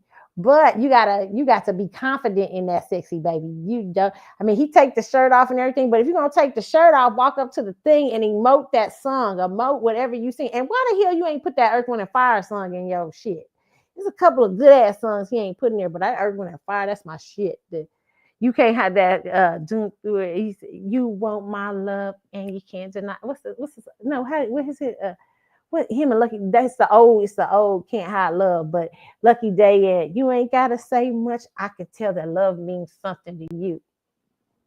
And when we ain't talking, your thoughts are telling me you feeling it too. Ah, that shit is oh, that's a song right there. Lucky and Earth with a Fire did. That's the remake. That's okay. Can't High Love. They remade the Can't High Love. Ooh, you bought my listen here. It was a jam already, but Lucky touching it. You got to put that in your. You need to put that Lucky. You got to put that in your son thing, okay? Especially when you dealing with Maxwell's crowd. Maxwell's crowd is old as fuck, okay? It's a little age, couple 90s and 2000 girls up in there trying to be like, "Hey, Max." Talking to Grandpa Max, Uncle Max, Poppy Max, Poppy, Zaddy Max. I was reading this article on Maxwell's talking about, I don't go to the club anymore. I mean, I don't go out anymore. I just go home. Where's unconditional love? I was like, right. But anyway, it was funny. But yeah, I was like, who are you trying to? Well, that's wild. but yeah, so yeah, I think Lucky Day has to be able to learn how to emote with his son because we're missing a lot of the value of your music because you're jumping around a lot and we're not seeing. You have to be able to deliver to us what it is you're doing. And I know you might have been doing that for a long time and you feel that's great and everything. But I just think that, yes, I like the beat. I love because rockers do that, but they have certain times they do and certain times they do. I think you just have to learn how to bring it down and also learn how to deliver. You're an R&B, baby. You an R&B. Listen, the girls want you to be sexy and you got to be able to sing to them. And you got that sex appeal. Sing to these bitches. Okay, sing to them. I guess should I say bitches? Sing to these lovely young ladies out here. Look at Maxwell coming out there giving roses and shit. Ain't no way I'd take. I said I ain't giving the fuck. I'm not getting up getting no fucking rose. I have learned. Listen, I told y'all my story about roses. Okay, years ago I was at the Gerald Levert, Gerald Levert, Papa Levert was on the show. It was a lot of people, and they were starting. And at the end, they came together and they sang "Baby, Hold On to Me," and I was up front. And they both came over there and sang that part. What's this up? They were singing to each other, and they was ad libbing. They both were singing to me and stuff. I was like, "What?" Yeah, everybody was screaming and stuff. And then all of a sudden, they went and got a rose and they brought it down to me. Shit, it was so many women behind me. They reached over my head. I just ducked under because I was like, "What the hell?" I said, "No more roses for me. I won't be picking up no. I won't be getting no damn rose." Them bitches almost took my head off. I said, I was having a sing off, and then all of a sudden they gave me a rose, and I became a target. I didn't even get the rose because they reached over my head and grabbed it. Shit, I was like, shit, have it. I just enjoyed the singing to me. That's why I say I don't give a damn about you giving me a rose, but you sing to me, shit. I'd be like, all right, what? Like I would love for Tyrese one day to say, "I met a Scorpio," and just pause the song and just look at me. I'd be like, "Shit, Tyrese, what you better not, you better not." I throw some panties up there on stage for real. And the Scorpio Tyrese see it. "I met a Scorpio," and pauses the song in Scorpio season. And looking at me, I'd be like, "Yep, that's the way you do it. That's how you handle it. That's a rose to me." That's a dozen roses to me. But that's but I do love flowers. But I'm just not one. I mean, what am I gonna do with your rose after tonight? I mean, what the fuck? What am I gonna do? Like when the men pass out roses at concerts, I'm like, what the fuck? I don't know what to do with them. I don't know what am I gonna do when it dies. I mean, what is it? I don't know. I don't know. What am I gonna do with your rose? It's gonna wilt and die.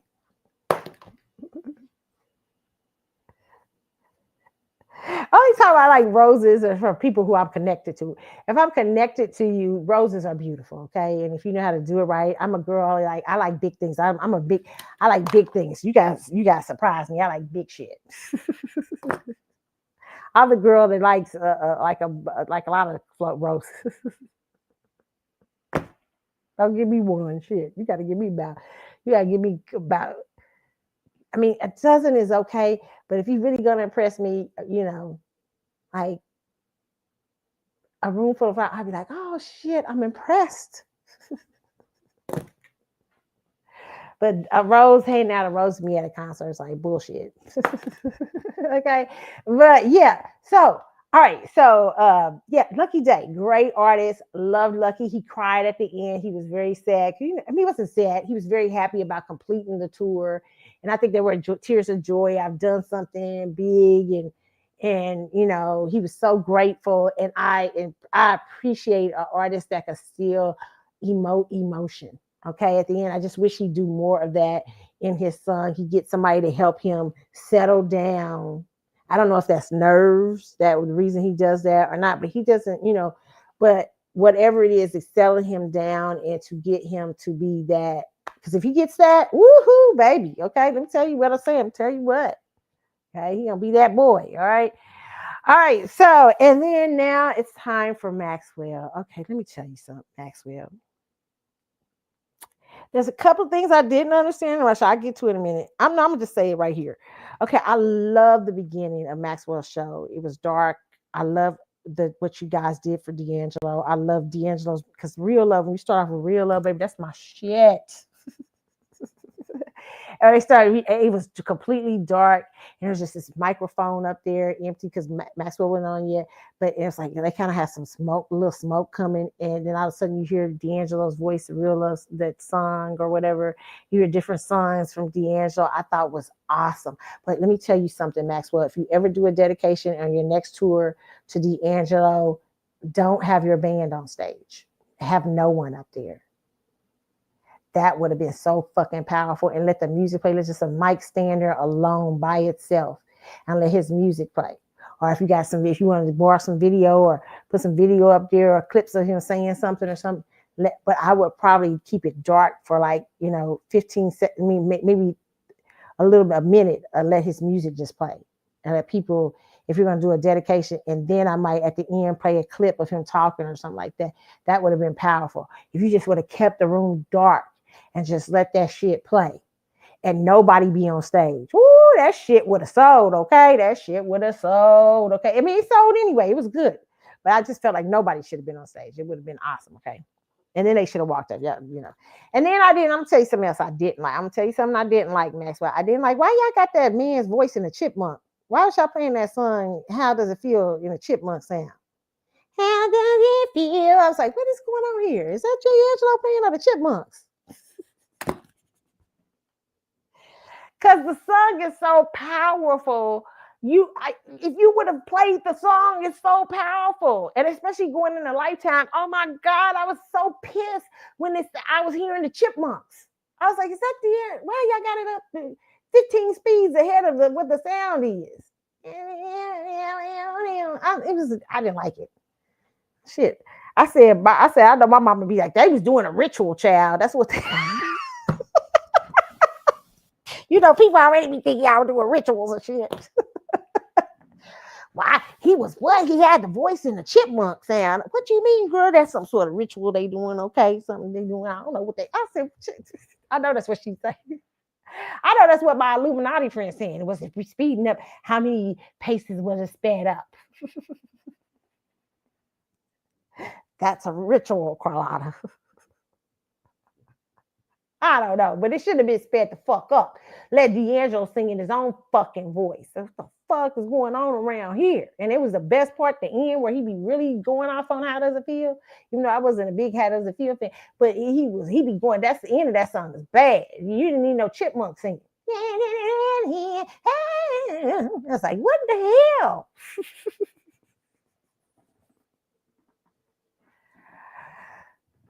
Okay, but that's why I did like that. Okay, but Maxwell, that was great. I love the dedication. Okay, but certain things could have been changed. All right. Maxwell, I felt like the show was fun. It was high energy.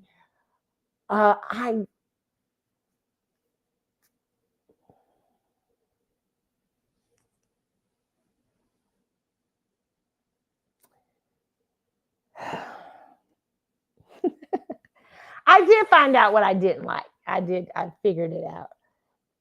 Can I just say something? Let me say something about the motherfucking background singers in DC. And the ones in what's they at? What's it in Brooklyn? But the DC. I don't know if it's the same one. Them motherfuckers was eating. They was eating on that show. They was eating them that bad. Listen, they made your background, Maxwell, sound 50,000 times. I could tell the team of them got to work out. Because that band, that other background singers wasn't playing with their ass. They were playing. They come to play. Which made me, when I compared both shows, it made me say, Maxwell, when you really, I'm going to tell you, you're the type of artist, I'm going to be honest with you.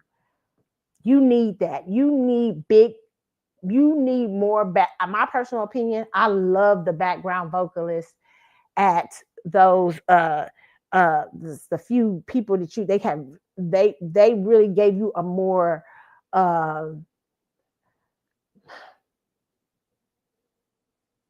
they made you work, for one. I love that. They made you work your monkey ass off. They made you work. Let me tell you something about background singers, okay? When they real good, they'll eat you up, and they'll eat you up out there. They'll eat your ass up. You want a good background singer, because a good background singers will keep you on your motherfucking toes. They'll be like, motherfucker, you better sing, because we're going to sing if you don't.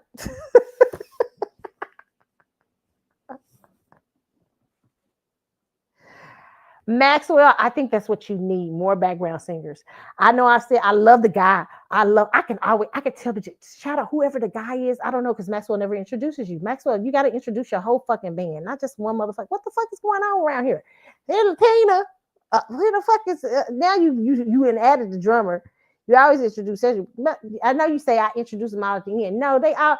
That's not what art. Most artists give everybody a solo part or something in they fucking thing and to sing and stuff like that. Where you go backstage and change your shit. You need to change. Did you come out with a do rag on at first? I was confused. I think you did. I think you did. Still cute with a do rag. Okay. Then you took it off. Okay. Was something going on with your braids by that? Did you need to press them down for a little bit? I don't know what happened. What's going on here? Anyway, but I figured that Maxwell needs more background. Let me tell you something about that serenade, silent serenade. It gave you it was a more vibe. It made you, I could tell you were working harder.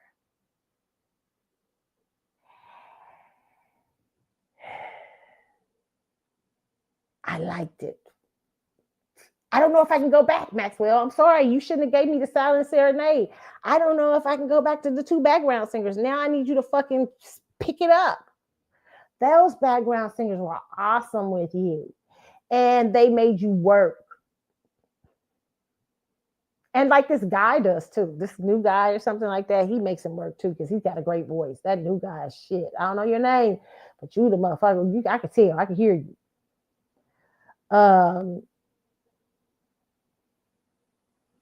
Yeah. And Cedric makes you work because Cedric said, and I got to meet him. He was really nice. But he makes you fucking work because he played that organ. He gonna like shit. I'll take over this motherfucking show. Whatever he play, I'll take this shit over. Okay, so I think you need Maxwell. That is what you are missing. Can I just say this? You need a band that when you come out, not that you're not supposed. That's what I loved about Prince. Prince, even though Prince be getting fucking mad at his band and shit, people upstage him and stuff, but he always picked people that could. He made sure he got some good glam ass, like motherfucker, you like you do it too much down. Like they sometimes Prince always picked good. I mean, where it was a show on stage. And I love the Silent Serenade tour in that it gave, in some senses, I saw you work a little bit harder vocally, everything. I didn't like the setup of it, but I loved there were certain little things that I got out of the Serenade tour. I mean, Silent Serenade tour that I think you can use on future tours. And let me tell you something. I just think y'all need some help. I ain't trying to be funny. I mean, you would, Maxwell, I'm gonna tell the truth. I don't want. Do I gotta tell the truth? Because I don't want to hurt nobody feel. Sometimes you're supposed to tell the truth, sometimes you're not. I'm a Scorpio season. You know, they be saying we tell the truth too much, we too blunt. I don't want to be hurting nobody feeling.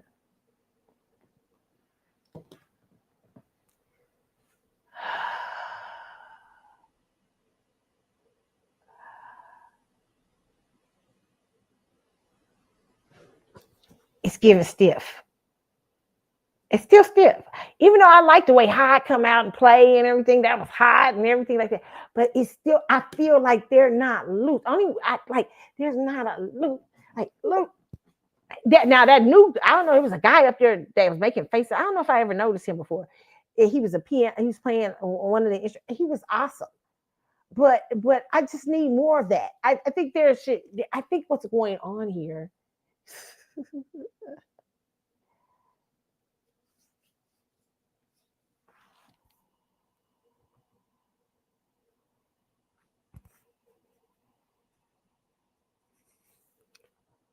I need you to add background singers. I do. I really think it makes his experience better. I think it makes you work a lot less hard. Your background can work for you when you got to do something. They can help your show. Look, Anthony Hamilton. Anthony Hamilton comes out there and works because his background singers are all fucking good. They fucking like they fucking beast. They ain't playing no games. And so I feel the same thing with Maxwell. I think it's not that I love Latina, love the new guy. I just think they need some extra help. You need a more I think the Silent Serenade tour gave you a more soulful sound. There was something there with those background singers that was rich, and I liked it. I just felt like y'all just didn't know what to do with the aesthetics of it. You know what I'm saying? I feel like Maxwell's always trying to be so proper and sometimes, and I feel like there's so much. I wish he'd be Geminian. Like, show us those personalities a little bit, and with somebody who can help you to set them up. I mean, yeah, like to rein them in if they need reining in. But I love the Silent Serenade tour, and I think I had a hard time going back watching this show. I love the show. The show was great. It was high energy. Everybody loved it. But yeah. And let me tell you something, Maxwell. Like I said, you got your ass headed to your old bad habits. Talking about it's a new song. You got a new song. That I was like, first off, motherfucker, that ain't no new song. Second off, quit trying to fucking remix. Don't you fucking remix Bad Habits, okay? Bad Habits don't need shit done to it. Fucking give me talking about Bad Habits when you have to sing a new song. That's why that track started fucking up. I was like, yeah, I must have did Twinkle Twinkle. My little Be Rich just come through. Twinkle. And the track started playing, which made me ask myself,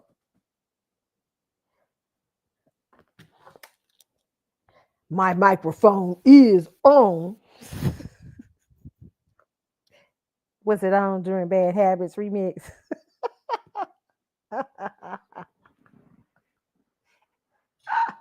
Sound like the track's microphone was on too, and that's what your ass get trying to sell us that bullshit Bad Habits. Just trying to call it out as a new song. Well, I should have threw a shoe at your ass for that. That's why I didn't like that part of the concert. I was like, nope, that's not what we're gonna do here. You're not gonna fuck up Bad Habits, okay? Listen, Maxwell, I feel like you want to do a song with some rhythm and some beat. That's why you keep liking all these fucking remixes. You just like you like all these fucking remixes. You just be liking a remix. Okay, do some new. Get in the studio with some producers and stuff that can help you get that sound. Help you give a sound for a new song with some beats and some rhythms and some producers. So and quit fucking up the classics. Fucking up the classics with a new remix. Y'all hear this new remix with DJ? Your new remix with the new mix of Fortunate? Nah, fucker, I don't want to hear no new remix of Fortunate. R. Kelly wrote that shit. Okay, he did it well. Okay, we don't need no fucking remix. You arranged it well. You and Hyde did a good ass job. We don't need no other. We don't need Fortunate the fast version. We don't need Fortunate the Beyonce with her with sing carriages and we don't need all that shit. God damn, I'll be like, trying to gain some Beyonce fans around here. Can't stand it. Okay, but you don't fuck up the classics. Go into the studio and make a fun album. I think you want to make a fun album. You know, like have fun. We're being so fucking serious.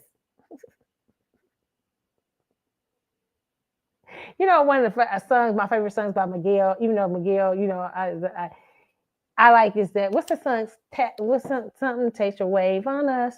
I'm Luke Skywalker on these haters or whatever. Just living every day like I think that was so fun, and that was his person. He showed so much personality in that with that song. And he had a rapper on that. Who's that rapper on that? I'm outstanding, so I stand there. Oh, that's him singing.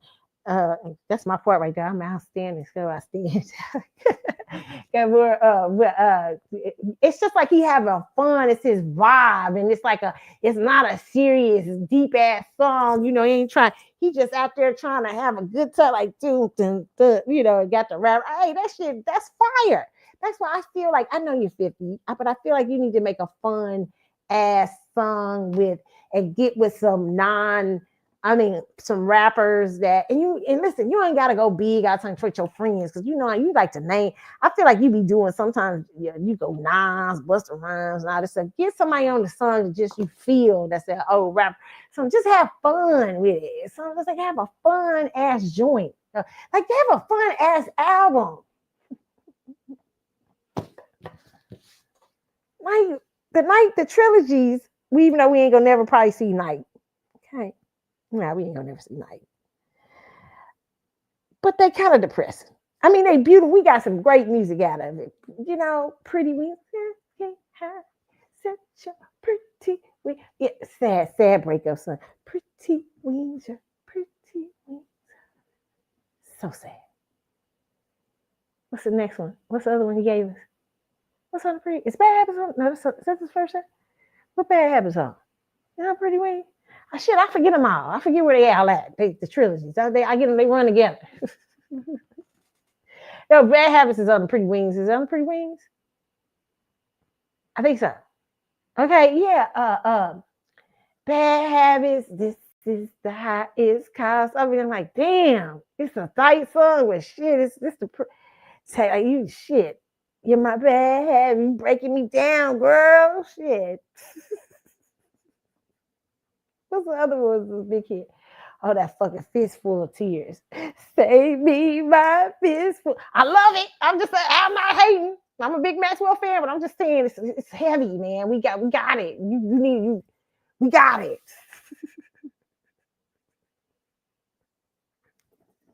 What else do we have on that? I mean, this is yeah. And then the second album was Lake by the Ocean. If it's just it still doesn't sound like you're having fun, okay? I love fucking 1990X. 1990X is my shit. Okay.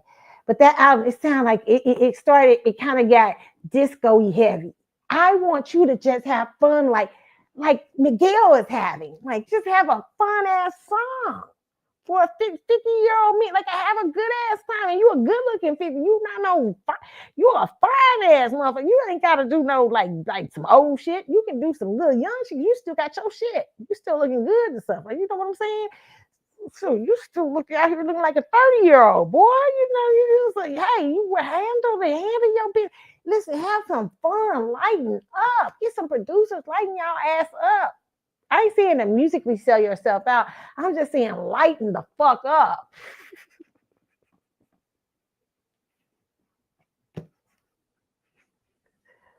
That's what I want to see for next Maxwell's next album and next tour. A lighter version. I just feel. I mean, he. I like the personality. Maxwell had so much personality last night. It was so fun to watch him. He was funny. He was humorous. We got to see the funny side. I love it because I feel like you, and I feel like you're a dude that can give me a song like that, a fun ass, like fun joint. Like you're not trying to always be serious. You don't have to be everything. Don't gotta be so heavy.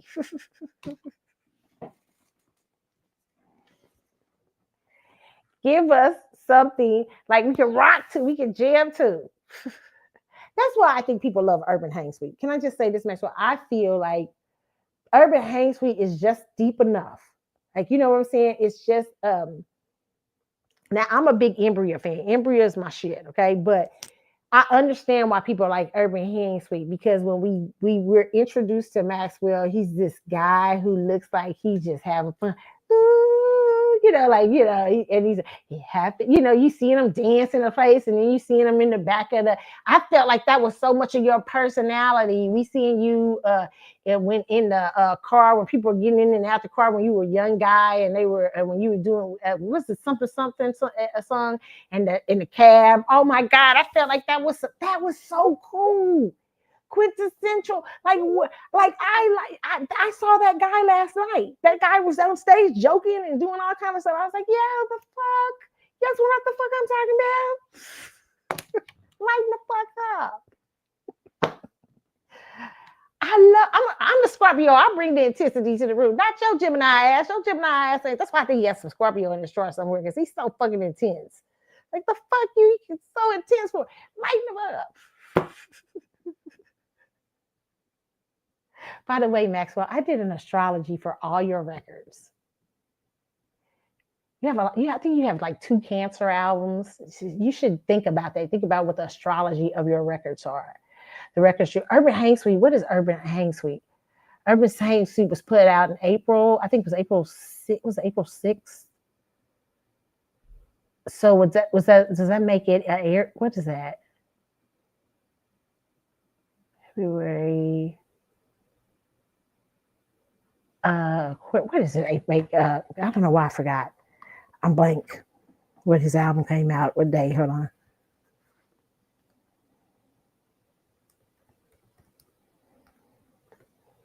I think it came out April 4th or 6th. Okay, so that's why that album is so strong. It comes out. It hit so big for people. It has Aries nature. It's an Aries album, I think. Was it Born in April? So it's like, that's why it hits like that. It hit the chart. It was your big debut. I don't know that's where people love that urban. And you know what I feel, Maxwell? That was you in that time. At that time, Urban Hang Suite was who the fuck Maxwell was. Like you, like that's who. In some senses, not all the way, or maybe it wasn't who you was. I don't know, or who you were supposed to be. It felt so right for you. I like the personality, all the little fun. It showed us that you were really you were a real true musical talent, but it also gave us some fun. And even on the Now album, like I love Get to Know You, the video. He's so cute on that video, by the way. So cute, the hat, so cute. But I felt like it showed a lot of the personality. Like it was so like fun. I'm not saying you can't go back to that time. I'm saying learn from that time, pick up energy from that time. I feel like it was your strongest times with music. Very strong, very strong. The something happens around the Pretty Wings era, and I think you come back very strong. What's Pretty Wings album? What's Black? Black is I think Black. I forget what the astrology is of Black. I have to look at it again, but yeah, these last 2 albums were interesting. Well, let me see. When did Black come out?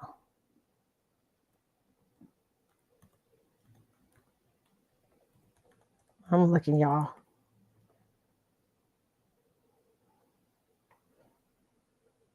Release. When was it released?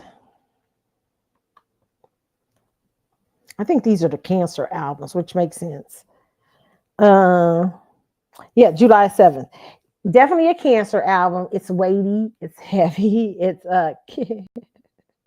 and it's emotional. I think now you need to give us a Geminian album, Maxwell. Oh, you need to give us some Geminian with a little bit of Scorpio in there, okay? Just a hint of Scorpio. You need to give us some Geminian with some Scorpion.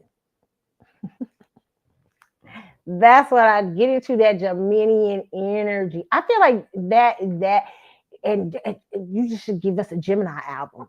Give us a Gemini. Give us the album of a night out with Maxwell. Like, but not when you're at home getting unconditional love. I mean, I'm not saying to do the crazy stuff. I'm just saying give us like the energy of like how you roll. Like, come on now. Like, let us see you, okay? A person that I felt like I saw some of you last night. I was like, oh, this is so funny. I didn't know you were that. I mean, I knew you were funny. I knew you could be funny, but you're really funny tonight. Okay, I need more to see that. Okay, I think I would love to see that more. I felt more you were more connected. Okay. Far as the show, I felt like I cheated a couple songs. I could cheated a couple songs on the show. I think I did. You can make it up next tour. Okay. Oh no, you can make it up on the cruise. I will be on your high ass cruise. Okay, I'm gonna be there. I can't wait. Okay, everybody tell me I can't wait to go to the cruise. I'm excited. Okay, I'm excited about this shit. Okay, Maxwell, make me happy to be excited about your. I feel like I'm more excited about your cruise than you are.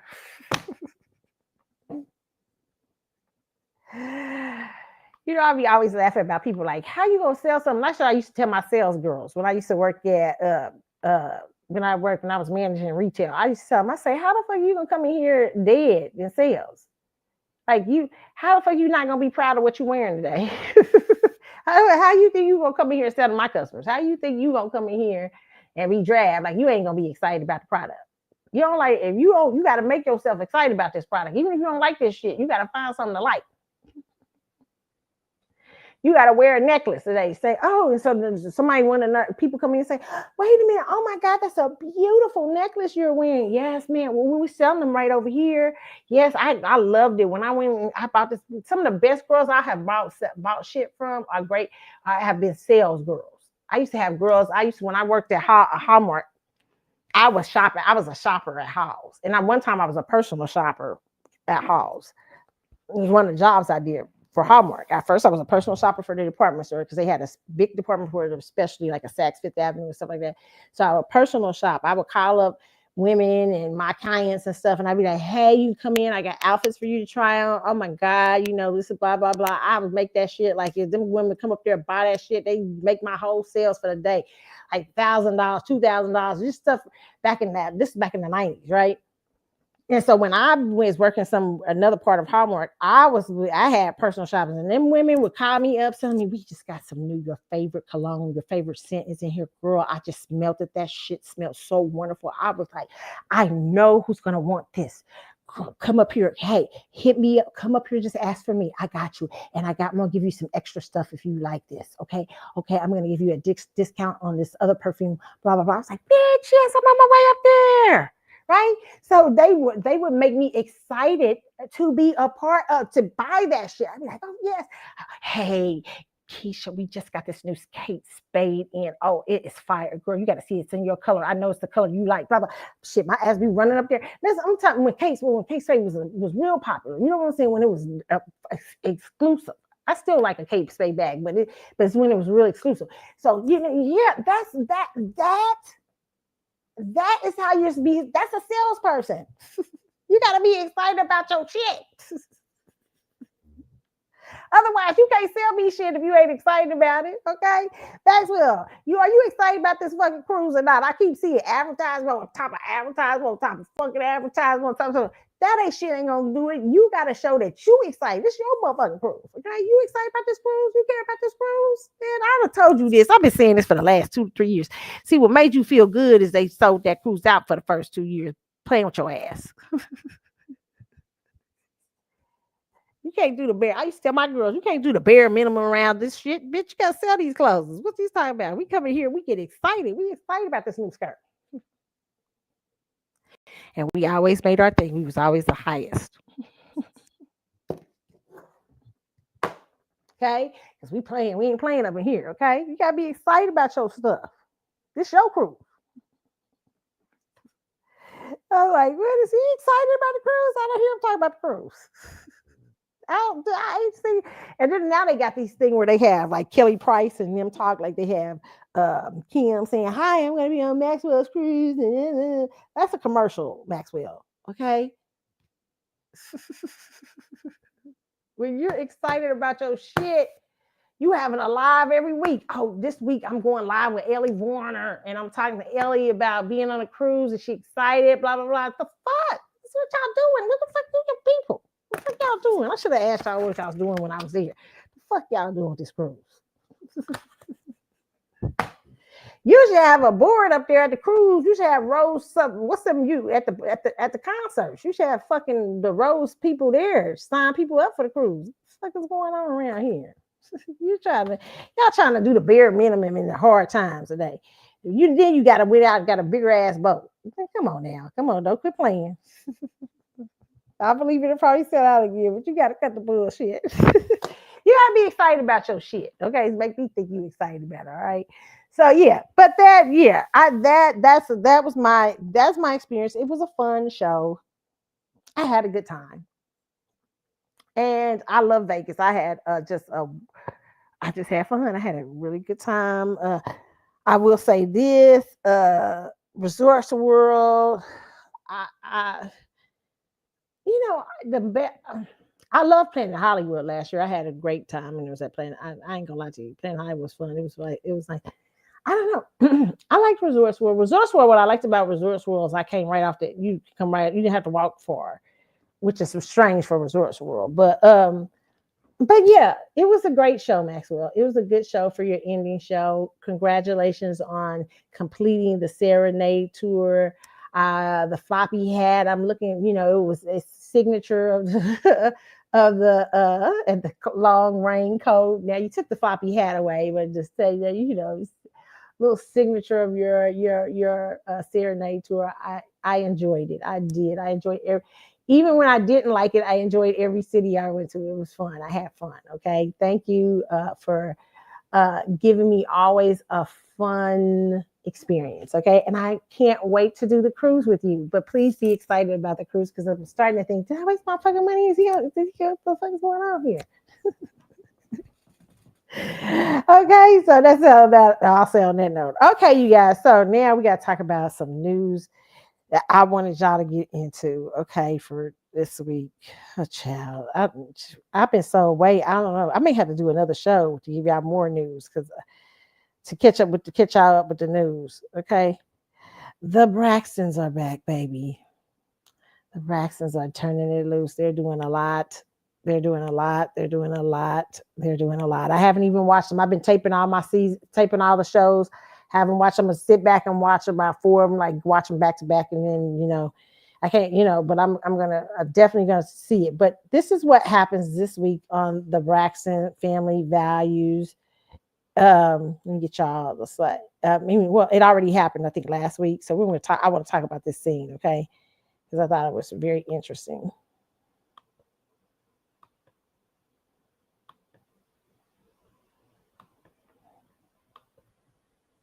Now, you never see Toni Braxton go out her shell. Okay. You just never see her act a fool. But Tamar done took Toni the fuck there. You can't take Toni Braxton. It's hard to take Toni anywhere. Toni's always even keel. She's such a beautiful Libra chick, but she had to go off finally. She finally had to go off. I said, Lord, just get her. Don't with me, Tamar. Don't. So this is Don't with me, Tamar. Don't with Toni Braxton. Y'all tried to shut down my entire business. Say y'all. I am a promoter.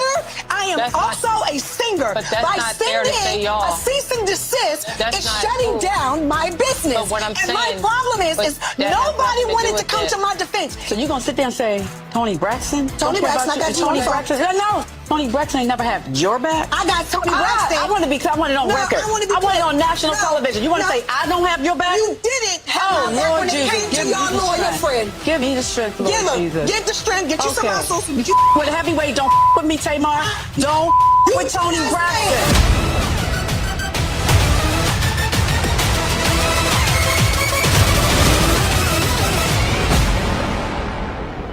I'm here to tell you, Pisces, don't fuck with her. She's going into her Aries venge. Okay.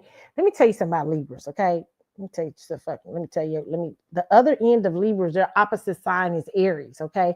That means a Libra will fuck you up if they get real mad enough. Okay. If you get Libras outside the scale and you get them to leaning on the scale over to that Aries side, you will get fucked up. When she said, don't fuck with Toni Braxton, you don't never hear Toni Braxton talk like that. I felt like Tracy probably got in there too. Tracy's like, look, I got you, sis. Let me jump in here. Tracy used to talk, check Tamar's ass. And I know a lot of y'all taking up for Tamar. Listen, I understand why Toni was trying to protect her brand. Toni's done a lot of people talking, see, yeah, that's what, because a lot of there's some Tamartians that love the way Tamar be acting a fool out here. But I just listen. I tell you, I like Tamar too, but I gotta tell the truth to shame the devil. Tamar is a Pisces. She is out there sometimes, and I believe she took on that niece. I don't know if it was because she felt a certain way, or she trying to get back at her family, whatever. But I understood why Toni Braxton was not wanting a lot of things to come out surrounding her family because she is the brand. She is the one that makes the heavy sacrifice, and nobody is gonna at that time. If all that stuff would have came out regarding her sisters and all that stuff, it wasn't gonna do anything but affect her.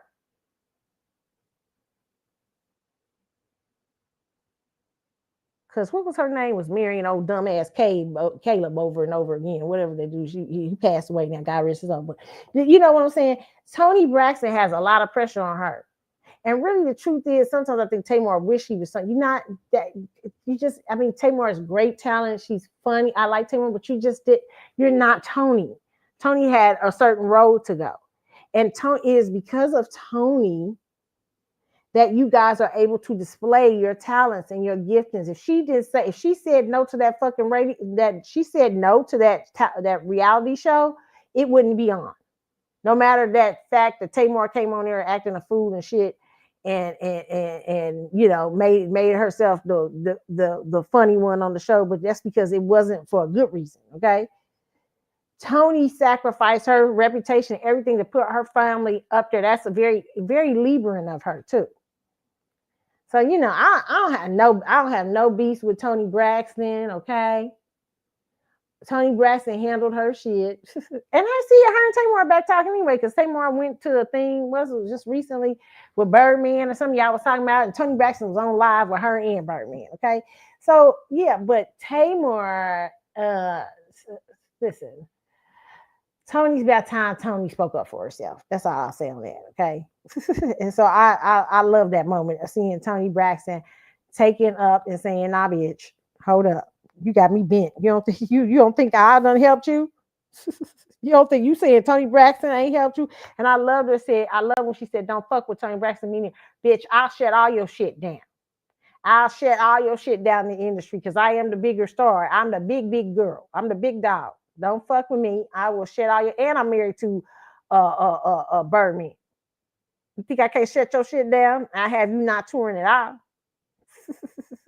That's what she was really trying to say. That's my personal opinion. She was really saying, bitch, don't try me. You don't know how much I done helped you. Try the fuck me. That's Aries. Okay, that ain't a Libra. That's the Aries side coming out. Aries like, bitch, try me. I will fuck you up.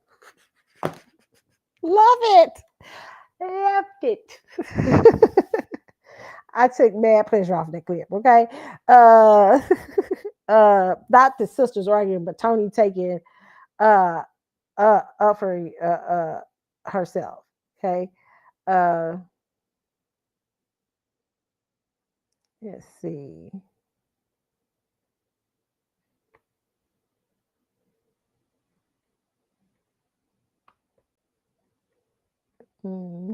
Let's see which is next. I want to talk to you.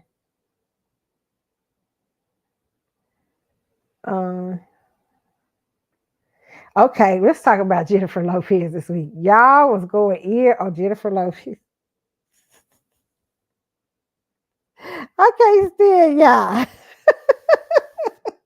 I like Jennifer. I'm not gonna let y'all talk about Jennifer. Some of y'all said, Carlotta, you said you wouldn't let us talk about Taylor Swift. Now you mad at her ass. Nah, because she can't be talking about Kayla. Nah, no fellow Scorpio. Nah, bitch, we not having it. Nah, Taylor, I had to dump her. She you can't fuck with my no Scorpio girl. I'm gonna let you fuck with. Okay, you not coming none of them. Okay. Let's say Scorpion it. She ain't Scorpion it. She was minding her business, drinking her water and looking cute. Okay. And here you come with these tired ass songs talking about he posed. She was just for the pose and all this stuff. Bitch, you got it twisted up in here. You're not gonna come up. You're not gonna come for us Scorpio girls for nothing. All right. But y'all a bit Jennifer, listen. Okay. This clip y'all made hilarious. Okay, let's talk about it. And the comments are even funnier. Okay, but this is from Ryan Skin Cot or whatever. And they said, you know what, the mic is on, and she believed it every note. You go, Gia. Here, let's listen. Okay. You can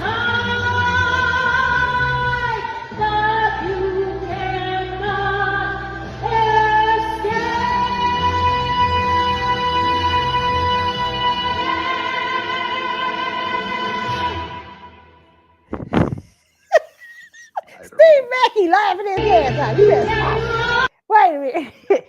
Okay, let me just say this, okay? She sound a lot better from where the fuck she was at. Okay? Mackie is a genius.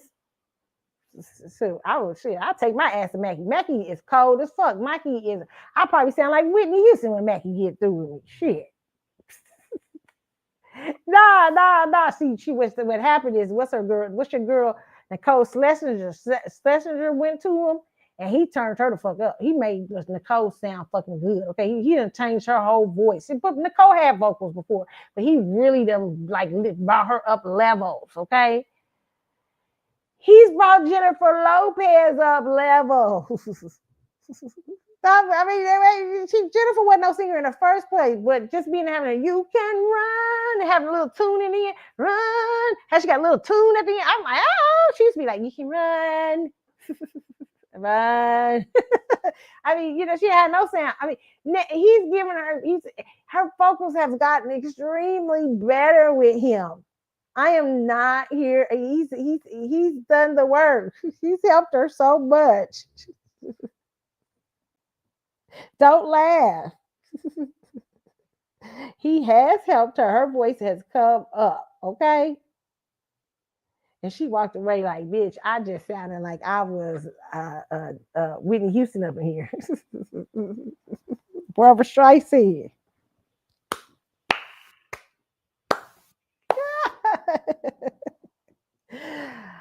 Oh, I can't quit laughing. Okay, listen. Jennifer is come up. That's all I'll just say from the days of "Ain't That Funny?" Hey, I got my boyfriend. But that was Ashanti, wasn't it? Oops. That's what y'all say in these streets. Is that your girlfriend? Well, maybe we can be friends. Na. I'm still Jenny from the block. Dun, dun, dun, dun, dun.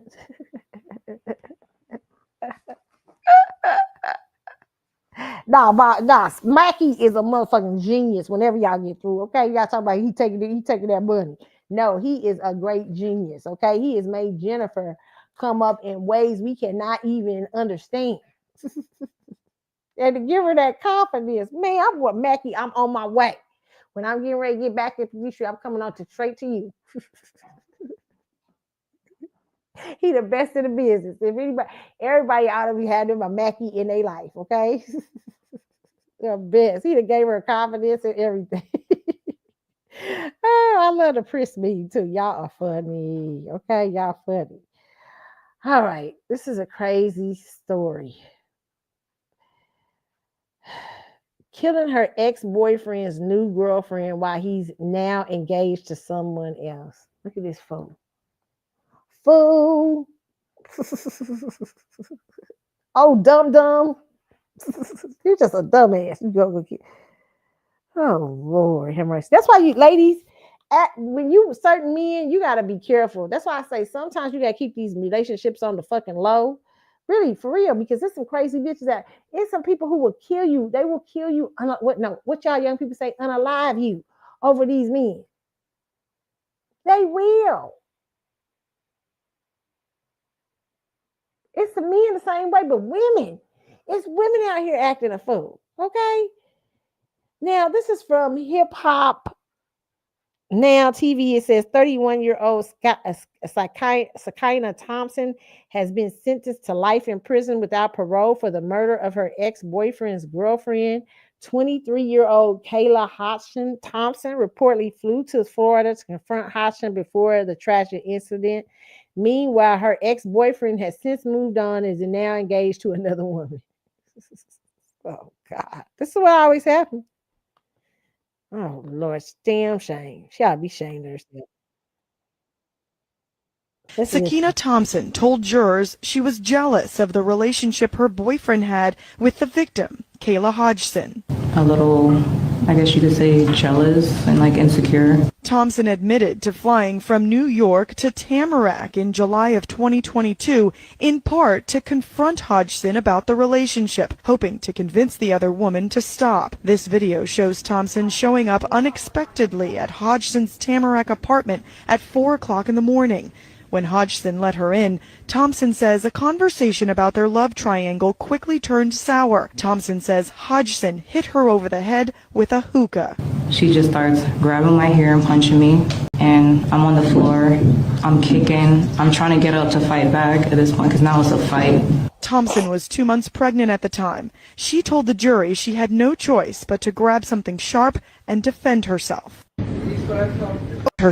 Thompson testified that when she thought Hodgson was dead, she tried to clean up parts of the crime scene with wipes and paper towels. Thompson told jurors she went to Hodgson's apartment uninvited to talk woman to woman about dating the same man.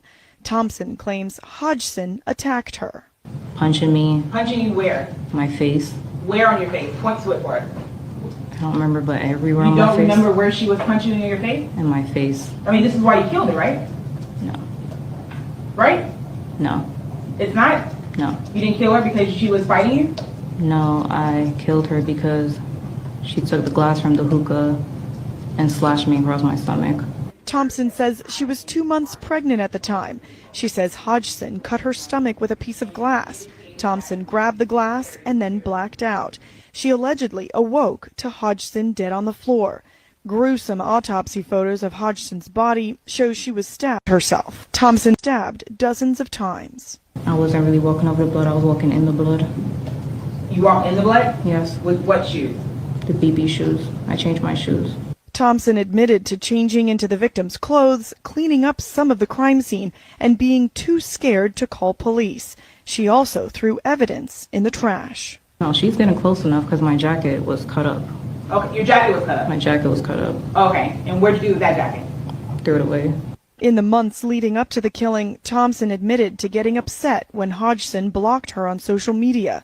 The state says she was upset enough to kill. You wrote her on IG and she, in fact, ignored your message initially, correct? Correct. And that made you angry? Correct. Stabbed dozens of times. This woman, now y'all hear, okay, y'all hear what this fool did. She got on a plane, flew to where this girl was. Now, she didn't fly to mess with the man. She flew to this other woman, flew down there to this girl's house. She ain't, and you could tell she ain't too bright. Flew her little self, her ass down the woman's house. Then show up at that woman's house at 4 o'clock in the morning. Bitch, you was coming there to do something to that woman. You didn't come there at 4 o'clock in the morning and confront her about you and her dating the same man. No, you came there. I'm glad the jury saw through that shit and convicted your ass. You came there to kill that woman. And you wasn't thinking too bright because now you ain't got his ass. He's still out in these streets. He engaged to somebody else. And you know what? She got a baby. Did that baby stay alive? Was the baby okay? I don't know what happened. But if she getting ready to have a baby and it was by him, he about to be raised by somebody else. Dumb. What the other way? He made a choice and it wasn't your ass. Okay, like he got the right to choose and move the fuck on. You deal with him if you angry. What you going to deal with this woman for? It's crazy, quite crazy. Crazy, not too. You can look at her and tell she ain't wrapped too tight. Who does that? Gets on a plane. You get on like you had time to think it through though. You had time on that plane. That's what the jury gave her, life without parole. I would have gave her the death penalty because she premeditated that shit. Talking about the girl was stabbing on her. I don't believe that. Slashed her with something. It's talking about self-defense. I don't believe that whatsoever, listening to her. But you had an opportunity to say, you know what I'm saying? Flying down there like, let me think about this. Is this smart, man? Maybe I ought to go back. This ain't too weird. If I do something to her, shoot, like he can end up with somebody else. Or, I'm going to end up in jail.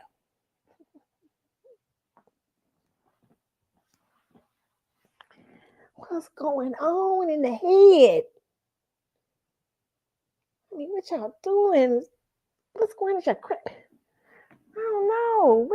Are y'all meth babies? What is going on? Oh my God, terrible story. It's never worth it. Like, ladies, it is never worth it. If a man don't choose you, he got his right to his choice. He's got the right. Okay. Oh, next up in the news. Oh, this Gemini.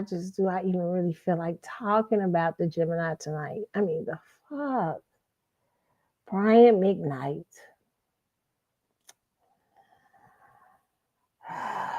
Brian.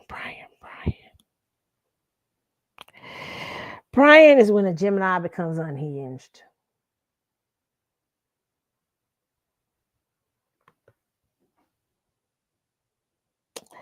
Brian McKnight sued his ex-wife. Now I ain't heard about the lawsuit about Jaguar, right? Because you can't find fucking Jaguar. Jaguar is probably laughing somewhere, okay? But Brian McKnight smoking on a cigar and laughing and joking on allegedly his child's birthday about winning an $8.8 million lawsuit because simply his ex-wife didn't show up in court. She didn't feel a need to defend herself. She just didn't show up for the foolishness. Okay. And they'll punish you in court for not showing up. Yeah, by giving the person out there and to do this to this woman who was with you for years, had 2 children for you allegedly, and allegedly helped you care for side motherfucking babies, went through your fame with you, the motherfucker, you got a lot of fucking nerves. And the fact that you can't fucking see your fucking self tells me you a crazy ass motherfucker. You crazy, allegedly. Crazy as 5 fucks. And you know what, Brian? Life is funny. Life is funny. I had a friend. Her mother told me a story about her stepfather used to cheat on her, try to fight her, everything. Went off with other women and did anything, went off for nothing. When he got sick and he was dying of cancer, there wasn't nobody there to take care of his bum ass. But you know what she did? She took care of him to his death. You know, Scorpio, I don't know if we could do that. We don't want to kill you. You know, I'll be looking at you like, you bum motherfucker. You better be glad I don't give you strychnine. But, you know, hey, I'm smarter than that. I don't want to go to jail. But this woman did a lot for Brian McKnight. Listen to how he's behaving. I just want y'all to see how he's behaving. Sad.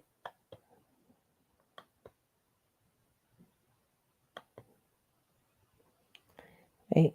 And loving our life, as we said, leaving everything in God's hands and letting our lawyer do the talking. But according to the courts, trying to ruin my name and trying to bring harm to my family in a book filled with lies equals $8.8 million. And this is just the beginning, because anyone and everyone that helped promote these lies will hear from my lawyer in the days to come. No weapon formed against us shall prosper. That from my voicemail is the voice of a liar. Do not text Nico again. Do not call Nico again. Leilani, if you are also checking these messages, that goes for you as well. I am very serious about this. I am very serious about this. Do not text him, period. Period. Please understand that. And Brian, you know me. You know me. And you know that I mean what I'm saying to you. It's been a long... Brian McKnight, playing that voice recording of her doesn't do anything. I don't think she even has as much money as you. And you can get lawyers to do any fucking thing if they good, if they know the law. That don't mean you innocent and no weapon formed against me shall prosper. You know just how you act and show you ain't no motherfucking innocent. And I'll tell you this. This is just my thing about this. If you was a bigger man, you would have just came on and said, you know what? I put my ex-wife through a lot. We went through a lot in a marriage. I can't be angry. Your reputation is constantly getting ruined. You just recently allegedly got canceled from a show because people mad. It's not him. It's not them ruining your reputation, Brian McKnight.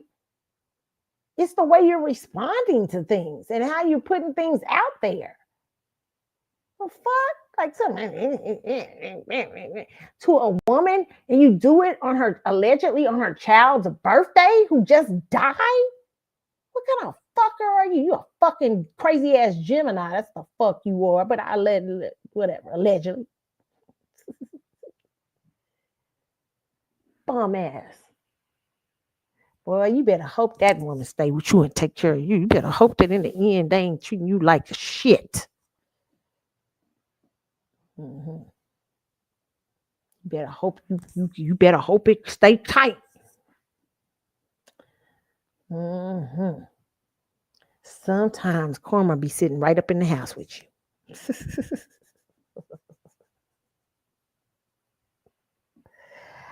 Man, if that woman did what a lot of people, not just her, she said and everything, and the reason why she didn't, they say she didn't, he won, not because she didn't show up in court. Because she don't want to deal with no foolishness. She just lost your child, Brian. Your motherfucking child. The fuck you doing? Fuck, you think this is cute coming on the fucking thing, smoking this cigar, trying to ruin my reputation? So that's all the fuck you care about is your reputation and your fucking musical career. Meanwhile, your fucking son just died of cancer, and the mama your kid is hurting, and all you can do is come on here and light a cigar on his birthday. You a damn fool. Y'all know. I believe that shit. Whatever she was gonna write, whatever Julia you was gonna write, I believe it. And you can't sue me for saying I believe the shit. I believe that. Allegedly. I believe all the alleged shit because of the way you act. It's you, Brian McKnight. You are the one that keep coming on the internet and airing out your shit, and you look crazy doing so. And you might have had and there were times I kind of defended him in this because I said I understand kids can come for things and stuff like that. But there was a time Brian used to take his kids on the road. I've been at a couple of concerts where Brian had his two boys with him playing. It was years ago. They was young. But yes. But at the same fucking time, the way you're behaving shows you exactly the motherfucker she claims you to be. I believe that. Okay, Brian McKnight, I believe it and I believe it. So sad. And it's sad. It's just sad. That's your child's birthday. I can't stand nobody. Listen. And I believe take two to tango. Now, there's some things I think that wasn't all the way right going on with Julia. You think there's some things I do believe that. Because it take two it don't take one person to ruin a marriage. Take two. But I do believe you was high on that thing. I'm gonna have some alleged side babies, and this woman allegedly set through fucking side baby. You got nothing to sue her. Bitch ass nigga. Dumbass, some dumbest shit I ever heard. When you could be you supposed to be the more upscale. Hey, you know what? I understand. Hey, this wasn't true. This is not true. Julie, I pray for you, blah, blah, blah. I'm sorry for whatever not peace I caused you and all this stuff, but you can't do that. And that's why I know you full of shit. And you're probably gonna get yours one day. Here's Brian McKnight's son responding, okay? Really hard to not touch on. Okay, it says Brian McKnight Jr. calls out his father for making a celebratory post about his allegedly winning $8.8 million in a legal battle against his ex-wife. To decide to make certain posts on my late brother's birthday, the gloves were all for me.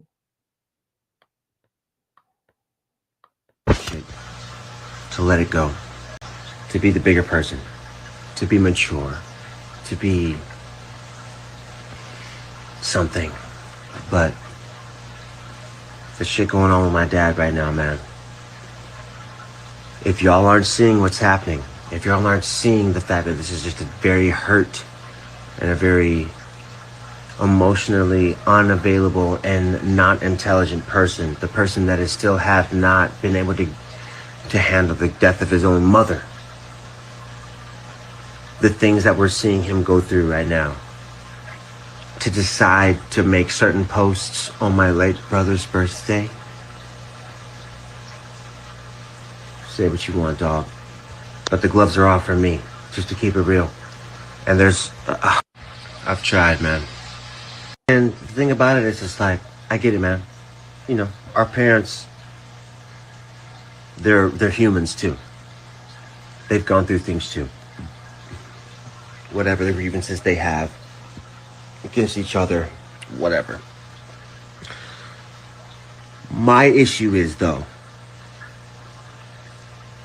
man, you don't want me to start talking about the things that I had to deal with in my childhood, the things that I will take to my grave, the things that my brother took to his grave, that we could put out there, the things that we could say as a son, as a teenager, as a 15-year-old that my brother was when we started touring, the things that we went through together, the things that we actually saw, the things that we actually lived with and dealt with because our dad wasn't emotionally intelligent enough nor mature enough to actually be a father.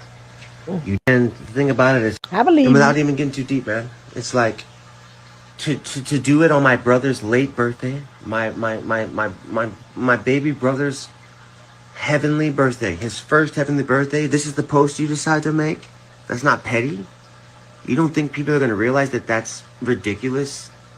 And that it's obviously strategic? Who are you trying to hurt if it's not me and my mother? Allegedly. And our family? Who are you trying to hurt? Who are you trying to hurt, man? Which has always been my issue. Which is why way back when that started all this, I made the post that I made because I knew that this was the only thing that would get you, man. Maybe that was my fault. I've taken accountability for it. But it's become obviously clear, and maybe not even just me, and I'm hoping to the masses that we're dealing with someone that has unchecked trauma that they're not dealing with. And without even getting too deep, man, it's like, to do it on my brother's late birthday. Man, just to keep it real, this isn't the last time I'm going to talk about this, because I've realized that maybe it's time for me to start talking about this kind of stuff. Maybe it's time for me to start not airing shit out, but being vulnerable enough and open enough as someone that has lived an insane life. I'm going to start talking about these things, man. It's unfortunate that we're going through this with my father. It's unfortunate that y'all are watching my father and my mother duke it out publicly. But what I can assure you is, though, the truth will be revealed. You'll feel it. You'll know it to be true. If you actually have a heart, if you actually have a soul, and you at the very least try, you'll see the truth. Closing, man. Just this day, October 16th, 2025, but we are here in the English countryside, about an hour and a half outside of London, and the verdict is in. We've been quiet, listening to liars continue to lie. I hope that woman divorcing just take all the shit. Nah, listen, I know there's two sides to every story, but this motherfucker has made his side unheard. We can't even hear his side. We don't even want to hear the fuck what you saying. You don't come on there on your son's birthday. You don't got no compassion, no empathy, no sympathy for, because I know you put that woman through shit, your Gemini ass. I know your Gemini ass took that woman. That's my belief. You took that woman through some shit. I know your motherfucker ass. With them 20 personalities. I know. In my spirit, allegedly, that you did some shit. Okay. I don't think that woman was lying at all, Natasha. Okay. I don't think she was lying. I don't think she lied one bit. Do I think she has some faults in her? Of course. I saw some things that Julia might have been through. Julia might have been outside her depth dealing with him, because she had been with him since she was a young girl. You know what I'm saying? I think since they were young. So, you know, and coming into that marriage and fame, it changed the changes that happen and everything. But Brian, you just only see yourself. And you must still love that woman. I think you love her still. I have always said that. I said he is mad because he don't have his original family. Because he likes to look. This is just my personal opinion. Just my personal opinion. This ain't fact. This is my personal opinion. This is an angry man because he has lost his original family. And now he's got to, the ugliness has to come out of who he is. See, he had control of her and her and to my point of view, he had control of her and the kids and everybody at one time, so he could sell the narrative. But when she left, she took his ability to give the narrative, in my opinion. She took his ability to sell the narrative, and he pissed about that shit. He mad about that shit. Julia was, in my opinion, his perfect relationship. The shit he up there talking about now, lady, I'm telling you, lady, right now, I don't know how you can sit there and let that man do that. There's no way I can sit there and let a man have a dysfunctional relationship with his children. I mean, you know, some kids, men do have their kids be tripping and stuff like that. But him to do that on his birthday, nah, you couldn't have did that to.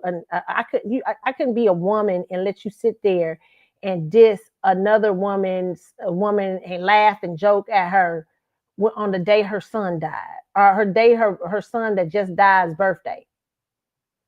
That's some vindictive shit. And everybody, it's all, you look at Brian McKnight, if you go and look at all these blogs, don't nobody believe you. People hate you.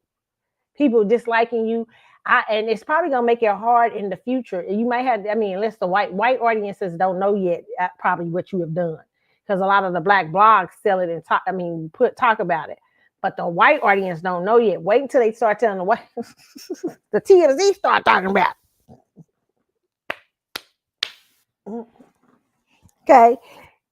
You're going to have people pissed.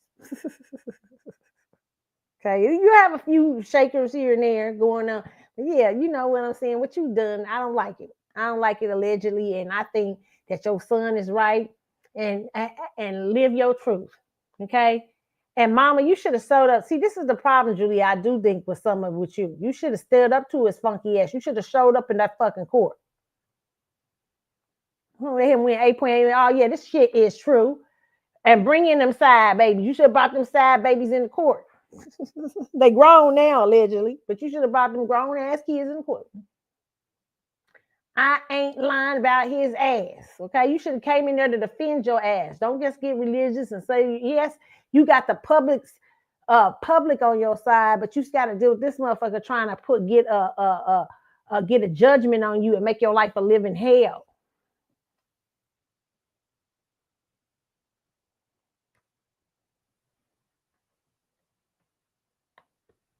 Crazy.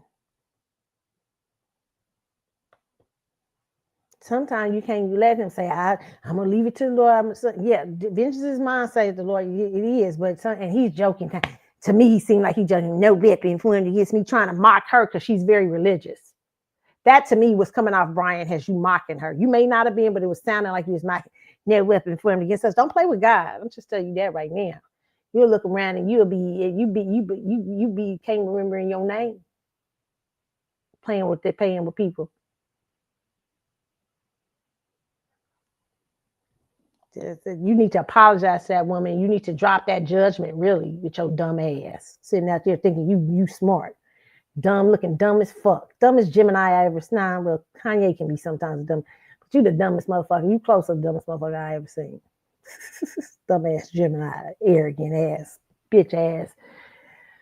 And I know them kids. I know they ain't lying. Okay, you know, yeah, kids ain't perfect either, but you know, as parents, you do share a responsibility. And I believe it wasn't just her, it was you too. Okay. So let me just go home from Brian McKnight. I can't just, you know, he make me hot. Yeah, okay. Kim Kardashian was on Daddy podcast talking about her relationship with Kanye. This is from the Neighborhood Talks. Kim says Yee's behavior has caused some of her new partners to run off. Neighbors, could you deal with someone that? This is from the Neighborhood Talk, but I'm gonna just let share this tab.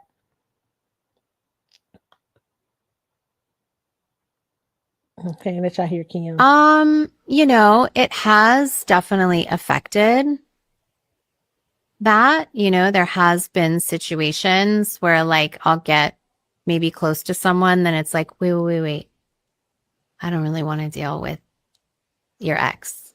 And I don't want to deal that like if he's going to say something. And I'm like, you know, so it has been like a little frustrating, but then I get really like my person wouldn't care about that, you know, but it is a big thing and I get it, you know, it's not an easy thing. And I get that. I remember obviously when like the Pete music video and everything, I was like, oh, I can't imagine how Kim handles that, right? Like in those moments, like having those conversations with people that you're seeing, you can't really That control. made me feel really sad. That really wasn't fair for him. Yeah. And I felt so sad and sorry for him. And he was such a great like man that was like, I got, like, don't worry, like it's all good, or at least, you know, acted that way. And it must suck to just be put in that position. So it's had me put up this guard where I don't want to put anyone in that position. So it's easier if I just maybe stay away, but then I can't live my life like that either, you know, but I am aware of it. And I do. I mean, I think maybe at this point. Has that impacted your current approach to dating? You know, it has definitely affected. Okay, let me talk about Kim Kardashian because she's been on talking about Kanye a little bit in her marriage to Kanye.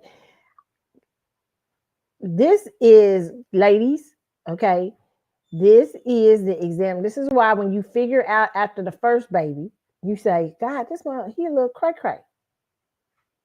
Yeah, I mean, shit. I ain't gonna have no more. But Kim not only went on to have one more, she went on to have a surrogate or two come in. She went and got another person. So this motherfucker wasn't thinking, okay. And then she done had she had. I mean, you could have stopped at some point. Why don't I think Kim Kardashian stopped with Kanye, knowing he was motherfucking cray cray? You know, I don't think she stopped. She Chris's daughter.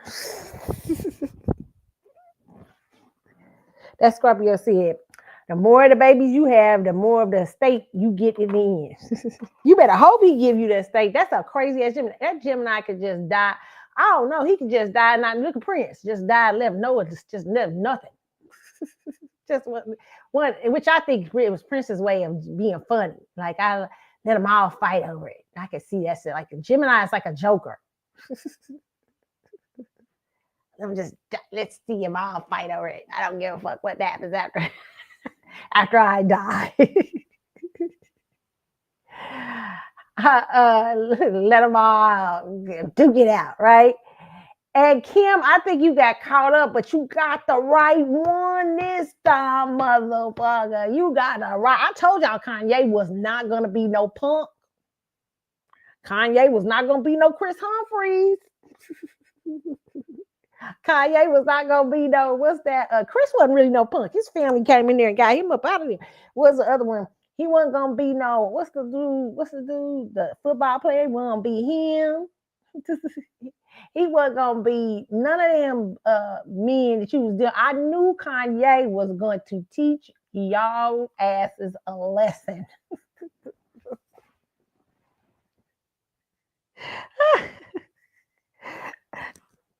Sometimes you get what you ask for. That's why when you want something so bad, you gotta look at it. You gotta make sure. You gotta make sure it's right. They was looking at, I believe this is just my personal opinion. They was looking at that Kanye West estate. They got too excited. But they didn't understand that dating Kanye come with a price. Listen, Kim, you can't make me believe that Kanye wasn't having these fucking episodes when y'all was dating.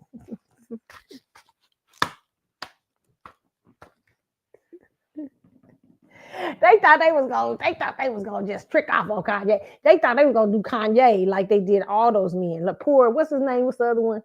What's the other man's name who just out here lost without the Kardashians? The basketball player. He just like, he act like he can't just do nothing without what was his name? I forget his name. The basketball player. Like Kanye not that. Kanye ain't gonna be that baby. You should have thought, you should have went and talked to somebody, an astrologist, so they would talk to you. Don't even get involved. That Scorpio don't even know what the fuck to do. This is a wild ass Gemini running around unmedicated.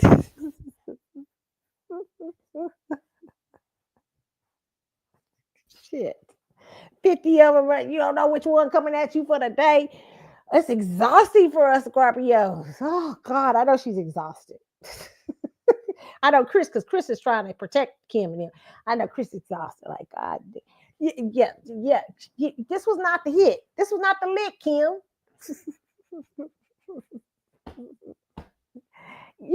I thought y'all hit the lick, but Kanye really hit the lick.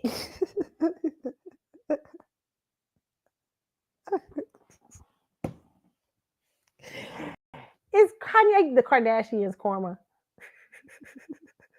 I don't know if I believe the karma thing, but he certainly is a picture of when you don't.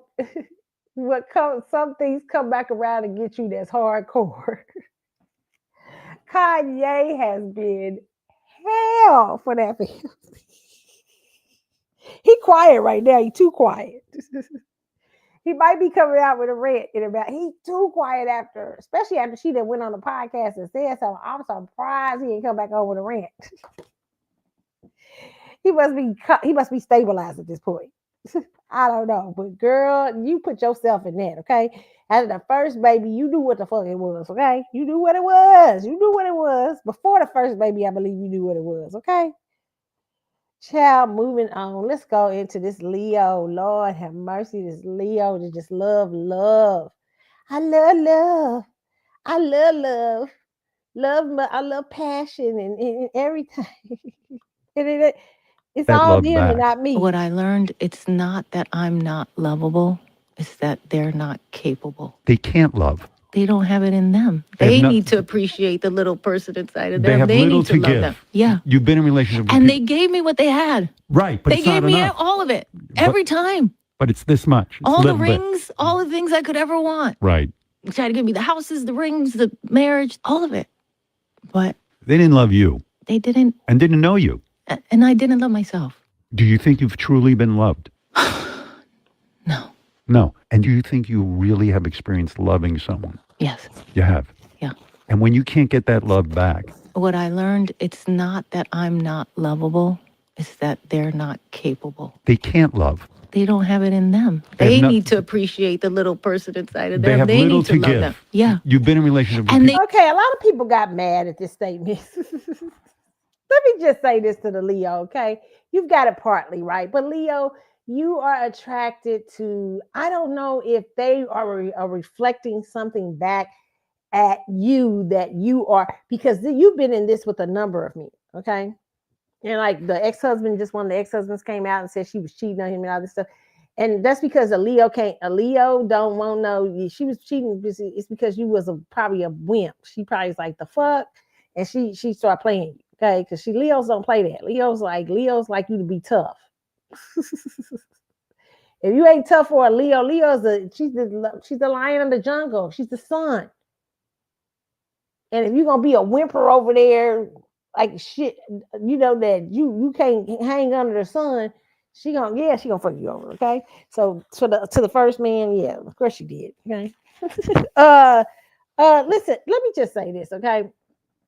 Jennifer, I think a lot of these relationships are your fault someday, because when you're dealing with all these that happen over and over again, you gotta look at you. Ain't nobody else you can love. They didn't love me. No, the only thing, you don't know what they didn't know. What you have to look at is yourself, honey. You got it right when you said you didn't care about yourself enough. You know, I remember I was mad because I was dating this guy and I was like, God damn, I just wasted my fucking time. Motherfucker was blah, blah, blah, blah, blah, blah, blah, blah, blah, blah, blah, blah. He wasted my time, blah, blah, just mad at him. And I said, no. I had to check myself. No, he didn't waste my time. I wasted my time. I didn't value my motherfucking time. When I saw the first time he was a bitch ass, I should have said, what the fuck? Hold up. My time is too valuable. When you ready to straighten up and you ready to fly white, then you can come. But otherwise, you ain't gonna waste my time. When you realize the value of your time, you won't waste it on a lot of shit. So it wasn't his fault. It wasn't, I was trying to put it back on him, talking about he wasting my time and he's up there playing games. No, you motherfuckers playing games with your time and your life. You ain't got to be playing with this crazy person over here who don't got no regards for time. He ain't got no regards for your time. He probably got plenty of regards for his time. Okay? So Jennifer, this is what happened. Is you had a lack of respect for you. You were so desperate to have the type, whatever it is that you thought you needed. You were so desperate to be, and I understand because you're the son. I understand you want to shine, baby. You want to even shine in love and everything like that. But you failed you skipped the things that would cause you to be able to recognize when these certain people were coming at you. All they did is reflected back to you how you felt about you. It ain't got nothing to do with them. They was just reflecting back to you who the fuck you are. How the fuck you feel about yourself. If you had a motherfucker like Ben Affleck playing in your face, acting like he was saying yes to marriage, getting married and barely lasting through the shit, that's a reflection of you. That ain't a reflection of him. It's like, how didn't you see this motherfucker didn't really like you like that? Like, what the fuck was you doing? Like, when he was, because he's been consistent in showing what he was. He was consistent in showing who the fuck he is. He's consistent. Yeah, but I believe. See, I know what Leo's is. There's passion. We got so much passion. I feel the energy between us. So I'm a Leo ascendant. I get it. You got that passion, energy. Oh, I feel like, we're so connected. I feel them in my soul. And I'm a Scorpio. I love the soul merge. I want a soul merge. I want to take somebody's soul. I'm like, oh, I want your soul.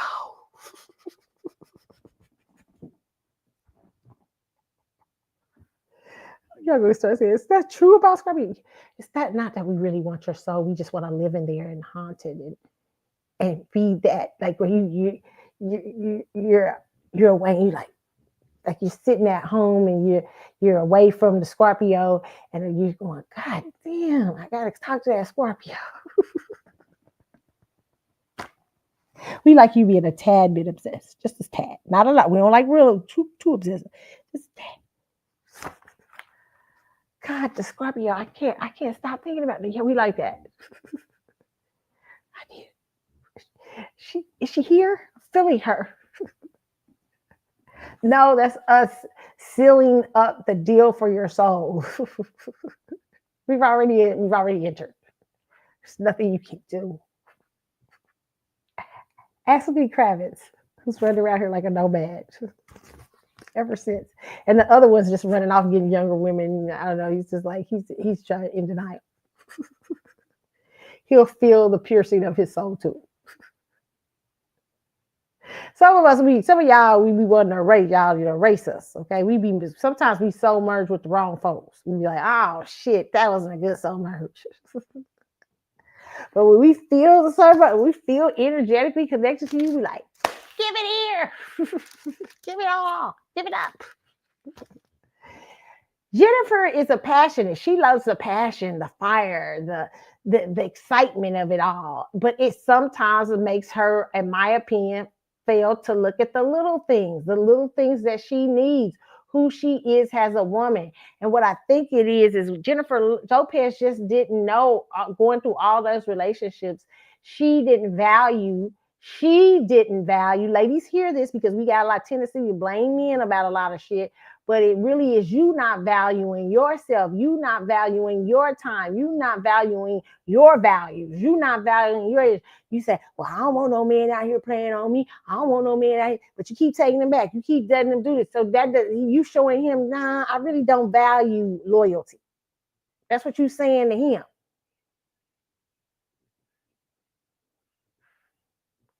You know, I was talking to a friend about this the other day. I was talking about how I had a friend who, when her dude was acting out and stuff like that, he acted out once to me. It was so disrespectful, and she just said, "I can't take you back." It broke him. He was so hurt. But she was like, because my value system, even though I love you, but I told you from the get-go what my motherfucking value system was. This she had that motherfucker though. My value system, and that's somebody who value herself. My value system is that you do not do that to me. You don't embarrass me. You don't treat me like this. And you tried me. And now I'm gonna send you back to the motherfucking streets. Because I value my values. Ooh, when you women like you women like that, men do it all the time. Men don't give a shit. You cheat on a man tonight, watch me. They'll put you out because they just don't want their friends to know that you done cheated on. Men won't tolerate shit. Men will be in love with you, madly crazy about you. Even if you cheat on, they'll be like a woman. They will, but they'll still put you out because they don't want to be embarrassed. But women, you will take that embarrassment. You will take that stuff. You will just, yeah, don't worry about it. Jennifer, the reason you it's not about being them and not being little people. They need to love the little people in their side. They didn't waste no time. They ain't waste. You the one that was wasting motherfucking time chasing motherfuckers and shit like that. That's what you always got to do when you chasing motherfucking stuff like that and shit ain't adding up. You be like, this motherfucker, it ain't him. No, ain't got nothing to do with it. It's got something to do with you. Okay. Why you wasting your fucking time? Okay, he's exploiting you got a value system.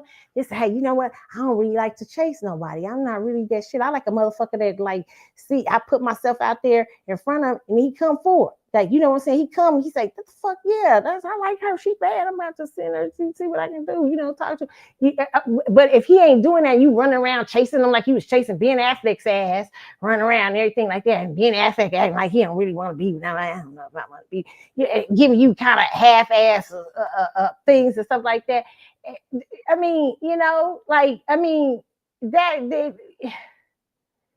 shouldn't have been. That wasn't your value system. You wanted more. You wanted more from a man. But you betrayed yourself. Not Ben Affleck betraying you. You betrayed your damn self. Ben Affleck, Puffy, all of them, it's a lot of them. They ain't got nothing, all them, it all got to do with you. It's all back on you. You know what? It ain't got nothing to do with them. What it got to do is I didn't live up to my value system. What's your value system, Jennifer? My value system about loyalty, my value system about this, because I really didn't care about my values. I just cared about having the man. I didn't give a fuck about my values. Okay. You know what I'm saying? Ain't his fault I didn't give a fuck about my values. He was able to violate because I didn't give a fuck about my value system. My ethics and all this shit I told people in my head, you know, I don't want no man cheat. I don't want no man to do all this. I don't want no man. And women, a lot of women do this. We all do this. I don't want no man. And then when it come time and then they show you who they are and they do some shit and stuff like that, you're like, shit. Okay, I'll take you back. You know what I mean? Well, that's you. That's on you. That's you giving away your value and your value system. Okay, has nothing to do with him. Jennifer ain't got nothing to do with them men. And you had it right when you said you didn't love yourself. You need a session with me, Leo. I heal you. I have you healed. Okay, it's all about you. It ain't about Puffy. What you do? Ain't about being twice over, running around here after being. Why you want being so bad? Why you running around here after being? What's what being got? Okay?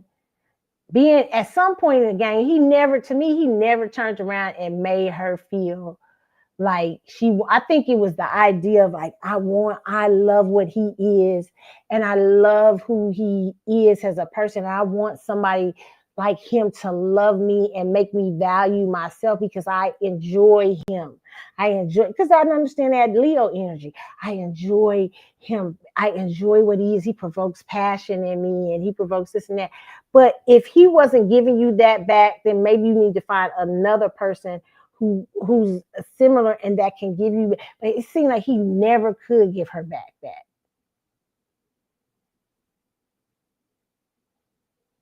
And maybe it was because he recognized her value system on shit. He's like, he realized I can run over this shit.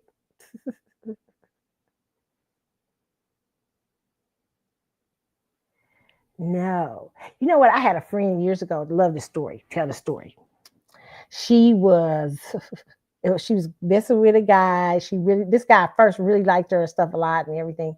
Then she broke up with him and she started going back to this old boyfriend who was horrible, just terrible, just a terrible person.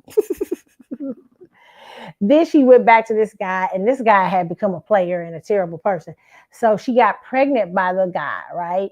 And the guy just acted a fucking fool. He was acting like a nut. He didn't want to. He was like, I'll take care of the baby, but I don't want to be bothered with you. Got another girlfriend. He was treating her like shit. I mean, treating her like shit. I remember we used to ride around in the car, and she would play. She knows if she listened to right now, she'd be cracking up. She would play her favorite song about him when he was acting a fool.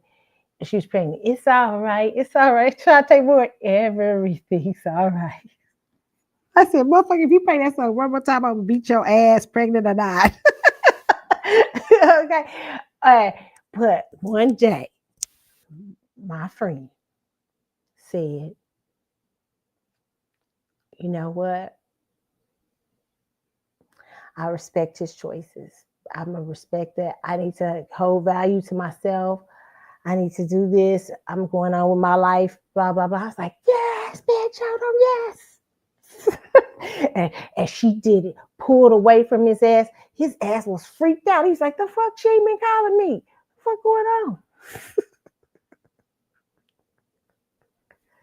"Hey, you Carlotta." "What, Carlotta?" They said, he called Carlotta. Where she been? I ain't heard from her.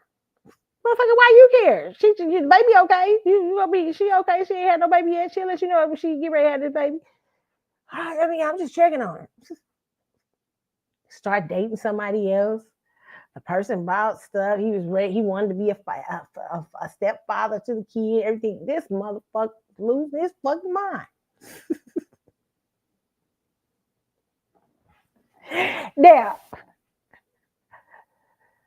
they ended up married. They've been married for a long time. But what she did is play to his ego, right?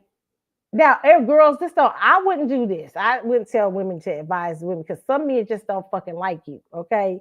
He was playing games, but some men only come back to you because you went out to somebody else, and they don't like to see you with nobody else, and they like to see you in a perpetual state of they like to ruin your life over and over again. There are some men that you go off and cheat like that, but in my opinion, with my friend's situation, I would have held true to my shit. They would have went ahead with the other dude.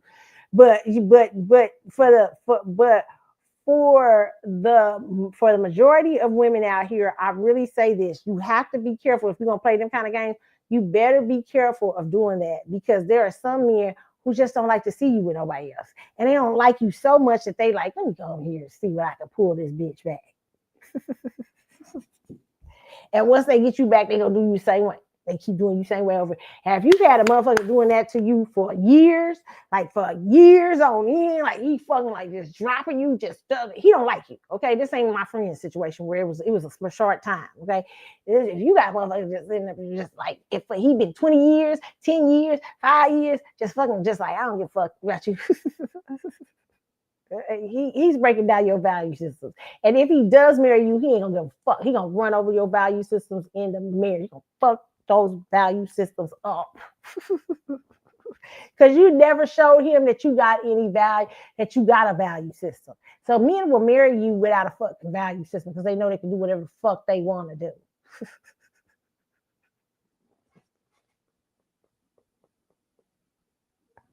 Okay, so don't buy that if you're not that, okay?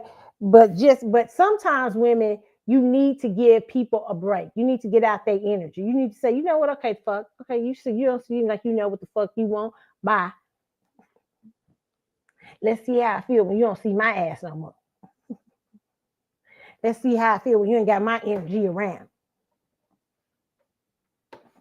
Let's see if anybody can give you this energy." Like, I get it. Let's see. So, and she did that. He recognized, like, "Damn, goddamn, I kind of miss her. I feel sad.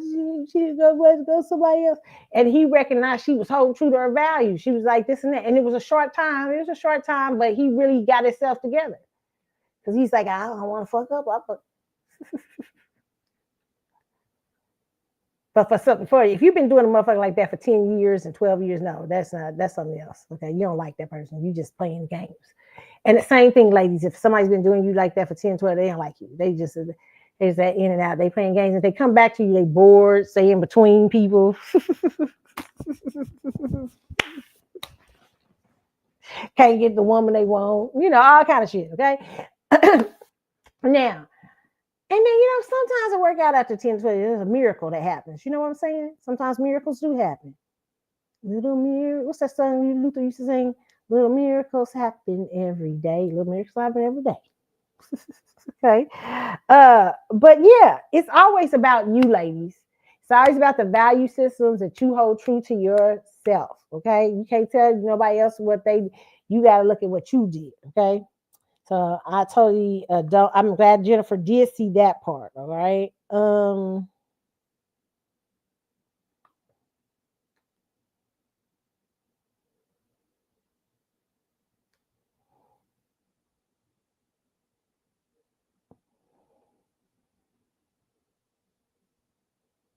Let me see which one.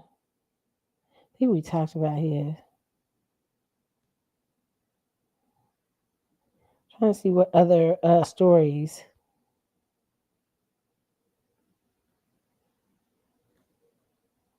Okay. I think I got one more story for tonight. We'll share, and then I'll try to come back on some other time and give y'all some more news stories. But this Michigan woman is facing time in prison. I'm sure you guys have heard about the story. I do have, I got a couple of other, I think I got a story, one more story. Hold on. Let me check, y'all.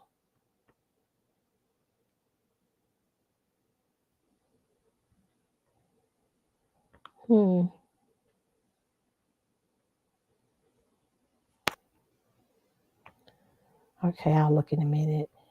But this Michigan woman is in trouble for faces 10-year in prison for allegedly selling baked goods made with food stamp bought ingredients. Okay, so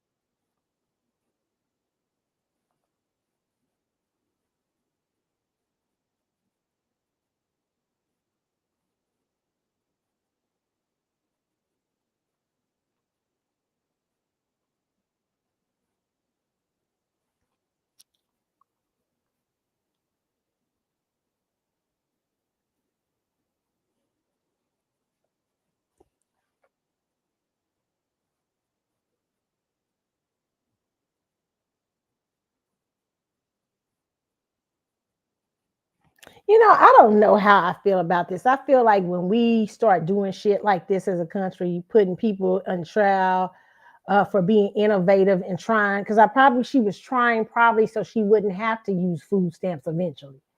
She could have her own bakery. The fuck?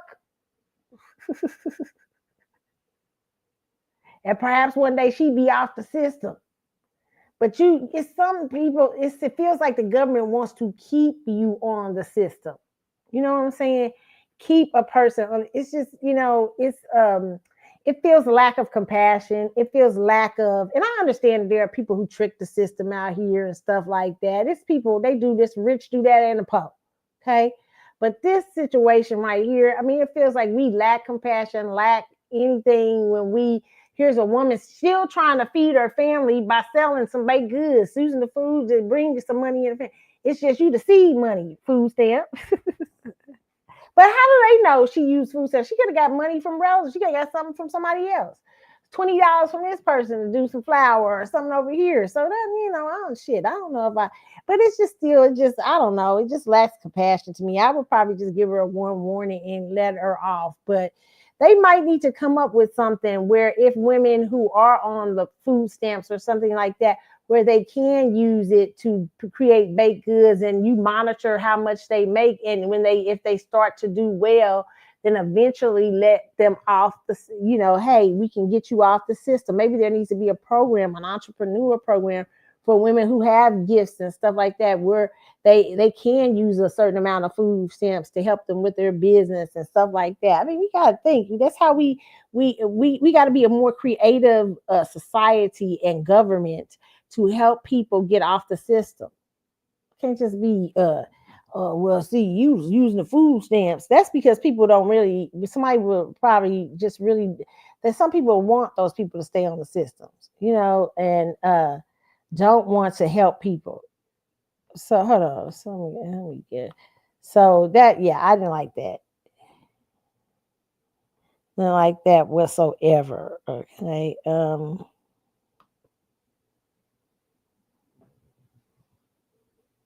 Mm, trying to think, is there anything else I had to talk? Okay, well, if there is, you know what, you guys, I'm gonna have to okay, no, yeah, there is a couple of things that I wanted to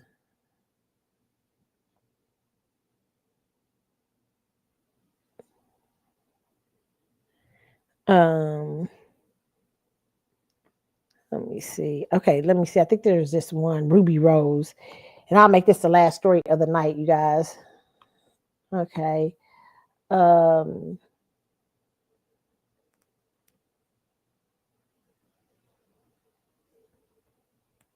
let me see.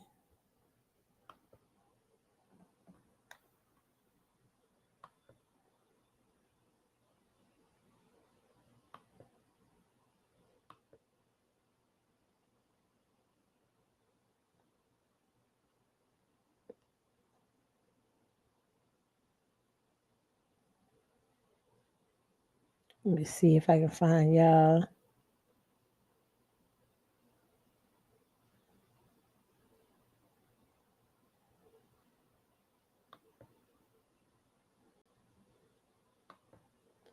Hold on.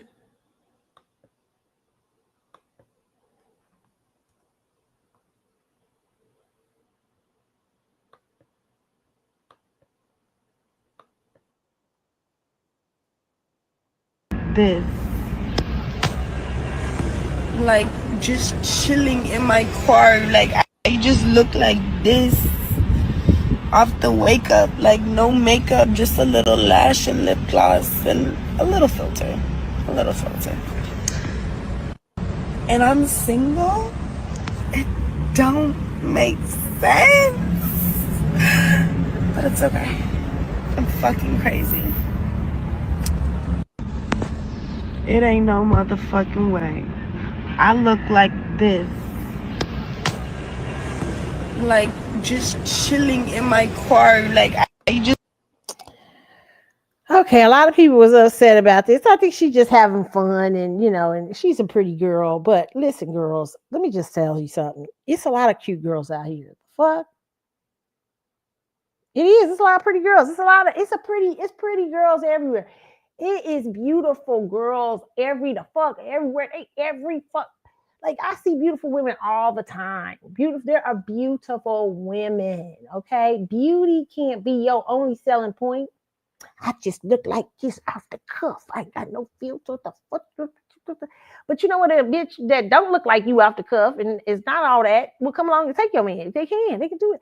Listen, let me tell you something. Girls, it's about more than just how you look. I love it. I love looking good. I love being pretty. I love being sexy. I don't mind. I understand it. But you have to have something that feeds you, that gives more off to you about you than your looks, your aura, your intelligence, your spirit, man, your soul vibe, all those things. Okay, all those things are important.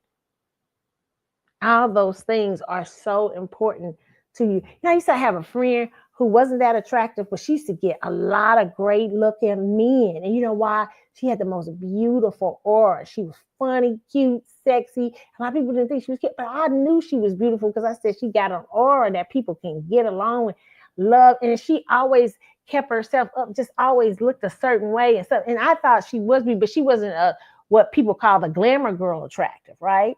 But she knew how to sell the aura that she did have. Okay. Ain't all about looks, little girls. Calm down. Okay. And some of these men, they'll disrespect you just for especially if that's all you got to offer them is pretty. Okay. So that's all tonight, you guys. Listen, I hope you guys enjoyed it. Listen, the Maxwell review was fun. The next thing I'll be probably trying to tell y'all about is in February about the cruise and stuff like that.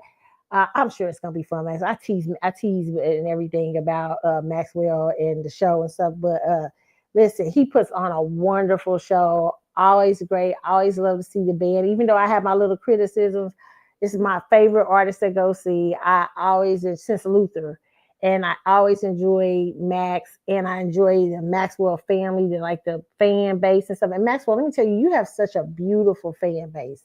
One of the things I saw, one of the girls was outside giving, she brought gifts for the fans. Like they was get shot glasses with you on it.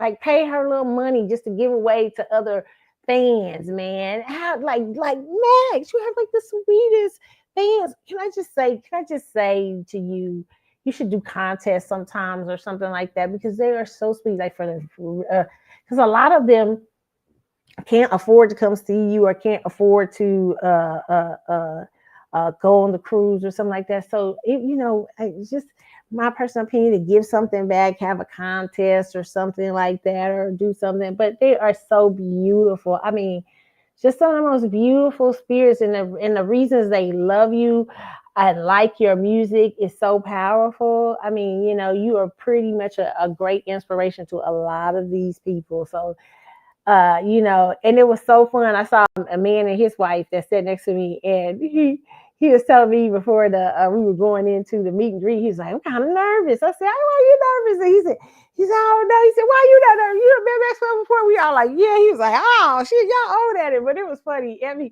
it was so many fun people. They were so excited to meet you and so excited about who you are as an artist and what you bring to the table and everything. And so, Max, just to give you your flowers, I know I talk shit a lot, but you are one of the few dope live performers out there. And rest, I think you should get some rest. Definitely get your rest, because I know you got a lot going on. But thank you for just being consistent and being out here. You're trying to always give us something different, something unique. We love to have night, but we love to have something else. But it's just, this is just a beautiful thing. It's a beautiful, beautiful thing about you. We really, your fan base really loves you, and I respect that, man. It's so awesome. They talk about you like they just all know you. Okay, so so that's it. I enjoyed it, Maxwell. That's my Maxwell review for that. I hope y'all got my meet and greet and everything. Thank y'all. I don't know when I'll be back on, child. I got a lot of shit going on, shit. I'm telling y'all right now. So I'm gonna try to come back on soon. Y'all might get a show out of me here and there, whatever. But enjoy the art. You guys are welcome to enjoy some of the shows. I try to put them up on the Carlotta Chat with Facebook, and they stay up for a little while and then they delete. But I know some of you guys were asking me for the other show from a couple of weeks ago. I'm gonna put it back out. I had archived it already, but I'll put it back out for you guys to hear. Remember, you can hit me up on the Carlotta Chatwood Facebook page. If you need to talk to me, you can hit me up on C Chatwood Show and Carlotta72 on Twitter. And on Instagram, it's Carly's with an S _Galaxy. And TikTok is Keisha Carlotta. Okay, you can send messages on any one of those. And YouTube, I think you can send me a message or something like that for YouTube. All right. And it's the Carlotta Chatwood Show on YouTube. Guys, thank you for hanging out with me. I hope you enjoyed the show. I hope you enjoyed the talk tonight. And you guys have a good one. I will see you. Good night. Let's go out with some little electric music. Let's see what we got. What we got to play? I don't know. Did I got some electric music on deck? Okay, hold on, y'all. Let me get the little song out. Okay, you guys have a good one. See ya.